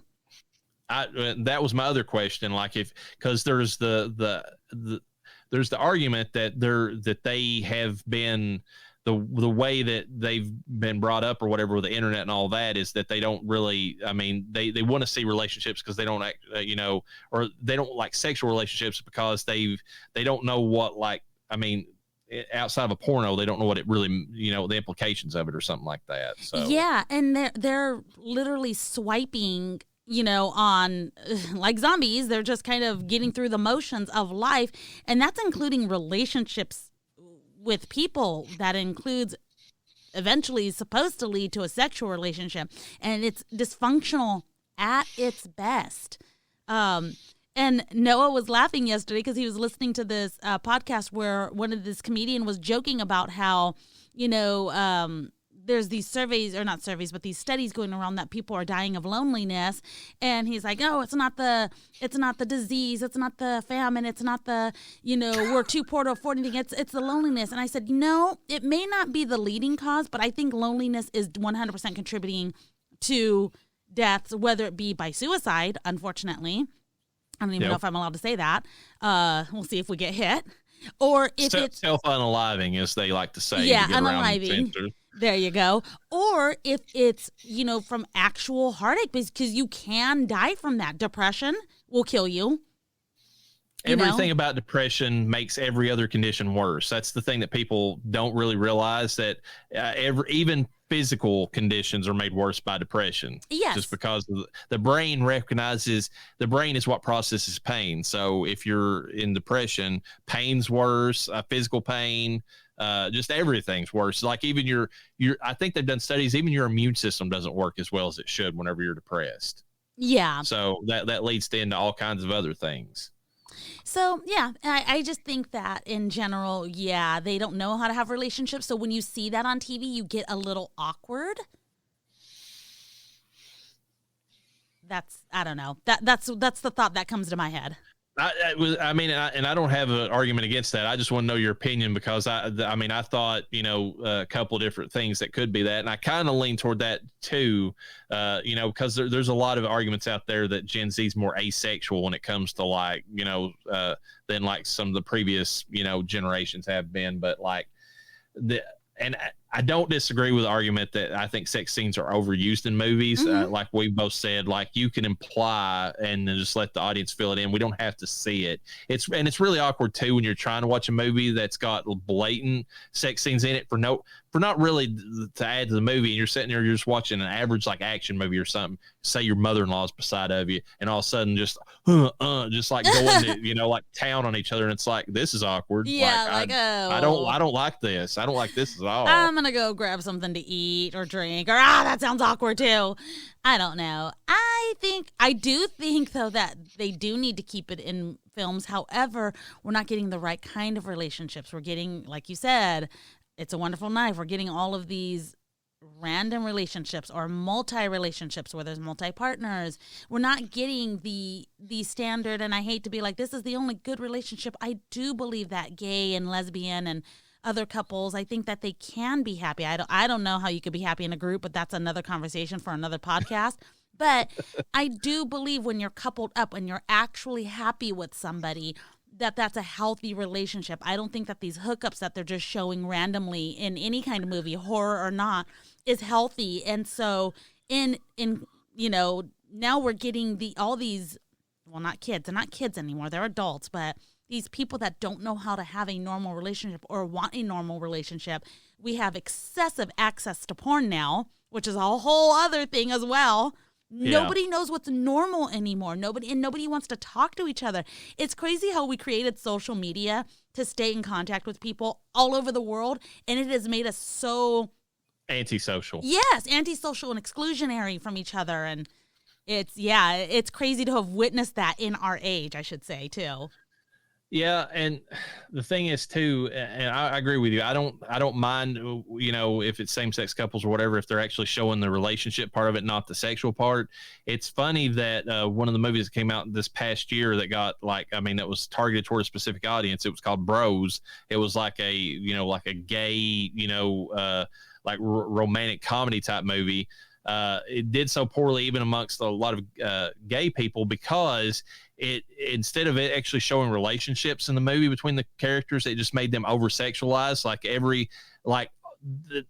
From my understanding, because I've heard Chris Gore explain, talk about this movie, the couples in that movie are just they're either pantomiming sex to one another or actually fucking constantly in the movie, implying that that's all that gay people do and there's no actual relationships there. And maybe that is the turning point. Like, people are tired of all that. You know? I think so. Like, it doesn't matter who's in the relationship. Well, as long as it's not with animals or children, healthy relationships. Show a healthy relationship. But it circles back to this movie because I could clearly see, because they make a joke reference to it about how close they are platonically, but I could see some of Gen Z saying, well, clearly, Shaun and Ed are gay and Liz is the beard for the relationship. And it's like, no, that's not what it is at all. Like, if you went back in time, guys did that as a joke amongst each other and not to harm anybody. And there wasn't any implied thing about it. It was just because, straight guys, that's kind of their way of ribbing each other, or basically giving each other shit, Ribbing each other for pleasure? Exactly. Yes. My response to that would be, you need to get out more. You need to people more than you are peopling, because if you've not been around a group of straight men, even if they're not straight, even if they have one gay friend thrown in there, regardless, but usually a group was, let's just say, straight men, because everyone's always like, oh, they're so anti-gay. No, they are some of the gayest, unintentionally gay people. They do some of the wildest out there shit that you're like, how are you not gay with how you guys talk? Like, what is happening right now? Some of y'all are depraved as fuck. Yeah, there's some stuff that goes on, and it's all in fun and games, there's no malice intent on it. And listen, if a guy's not giving another guy shit and doing that sort of thing, then he's not really your friend. He's 100%. Guys only do that to people they like. The amount, and I will say this for women too, and this is in my lifetime, the amount of times I have been grabbed and ass slapped by women constantly. We are horrible too. Women think it's okay. We get away with everything. We get away with slapping a guy on the ass, and not get in trouble. There's no repercussions for women, but we are constantly grabbing poking at each other's boobs, butt, everything. We are not okay. So everyone's got a little bit of that in them, whatever. But yeah, people more, and you understand. Don't take it so serious. We can act like that and not actually want to be gay or want to be with that person, And I think that's the core of the thing. It's you, even whenever you admit that you care for somebody, it doesn't have to mean, there's different ways to care for people. it doesn't have to mean that, you know, Yeah. exactly. I mean, whenever, just like in the movie, whenever Shaun says he loves Ed, it's not the physical meaning of it. He that's his best friend. That's the person that he spent all of his time with. I mean, obviously it's going to hurt him to see him gone. So, Yeah. you know. Well, this movie for me, before we close everything out, I would say I want to give it that 5. It is a really good movie. It's more of a 4 point. It's high. It's like a 4.8 for me. I definitely could see myself watching this again. It's definitely got scare moments, more scare moments, like I said, than World War Z. It's definitely got more than World War Z. Yeah. That's for sure. Which is so funny. I think my husband was just flat out irritated with me when I was watching this. So, you know, it is what it is. This was my first time watching this in its entirety for the show. So I would say overall it was a good time, good movie. It had some annoying things. That's why it's not a perfect 5 for me, but, you know, it's up there. It's, I mean, I've already said it's 5. Yeah. I mean, I love everything about it. I've watched it so many times that, I mean, like I can, you know, pretty much quote the movie as I watch it. I mean, at this point, so it's not even like, I mean, and I throw it on just to have it. I mean, just to have in the background. It's one of those movies. Yes. Like, I mean, It's a comfort movie, film for nothing you. else. Yeah. So anyways, that's, I mean, I don't have anything more to say about that. I mean, it's one of those movies that I hold other movies against, especially horror comedies. When I watch one, I'm like, how does this compare to Shaun of the Dead? Was the comedy there? Was the horror there? And like, cause this movie gets it right. It doesn't play the horror out. It's like, I mean, that's the one negative I would say against Zombieland. I mean, and is that Zombieland, I mean, goes a little too hard into the comedy at points. I love it, but and there's horror elements, but it doesn't balance them exactly like this movie does. So anyways, folks, with that, peace be with you. And with your spirit.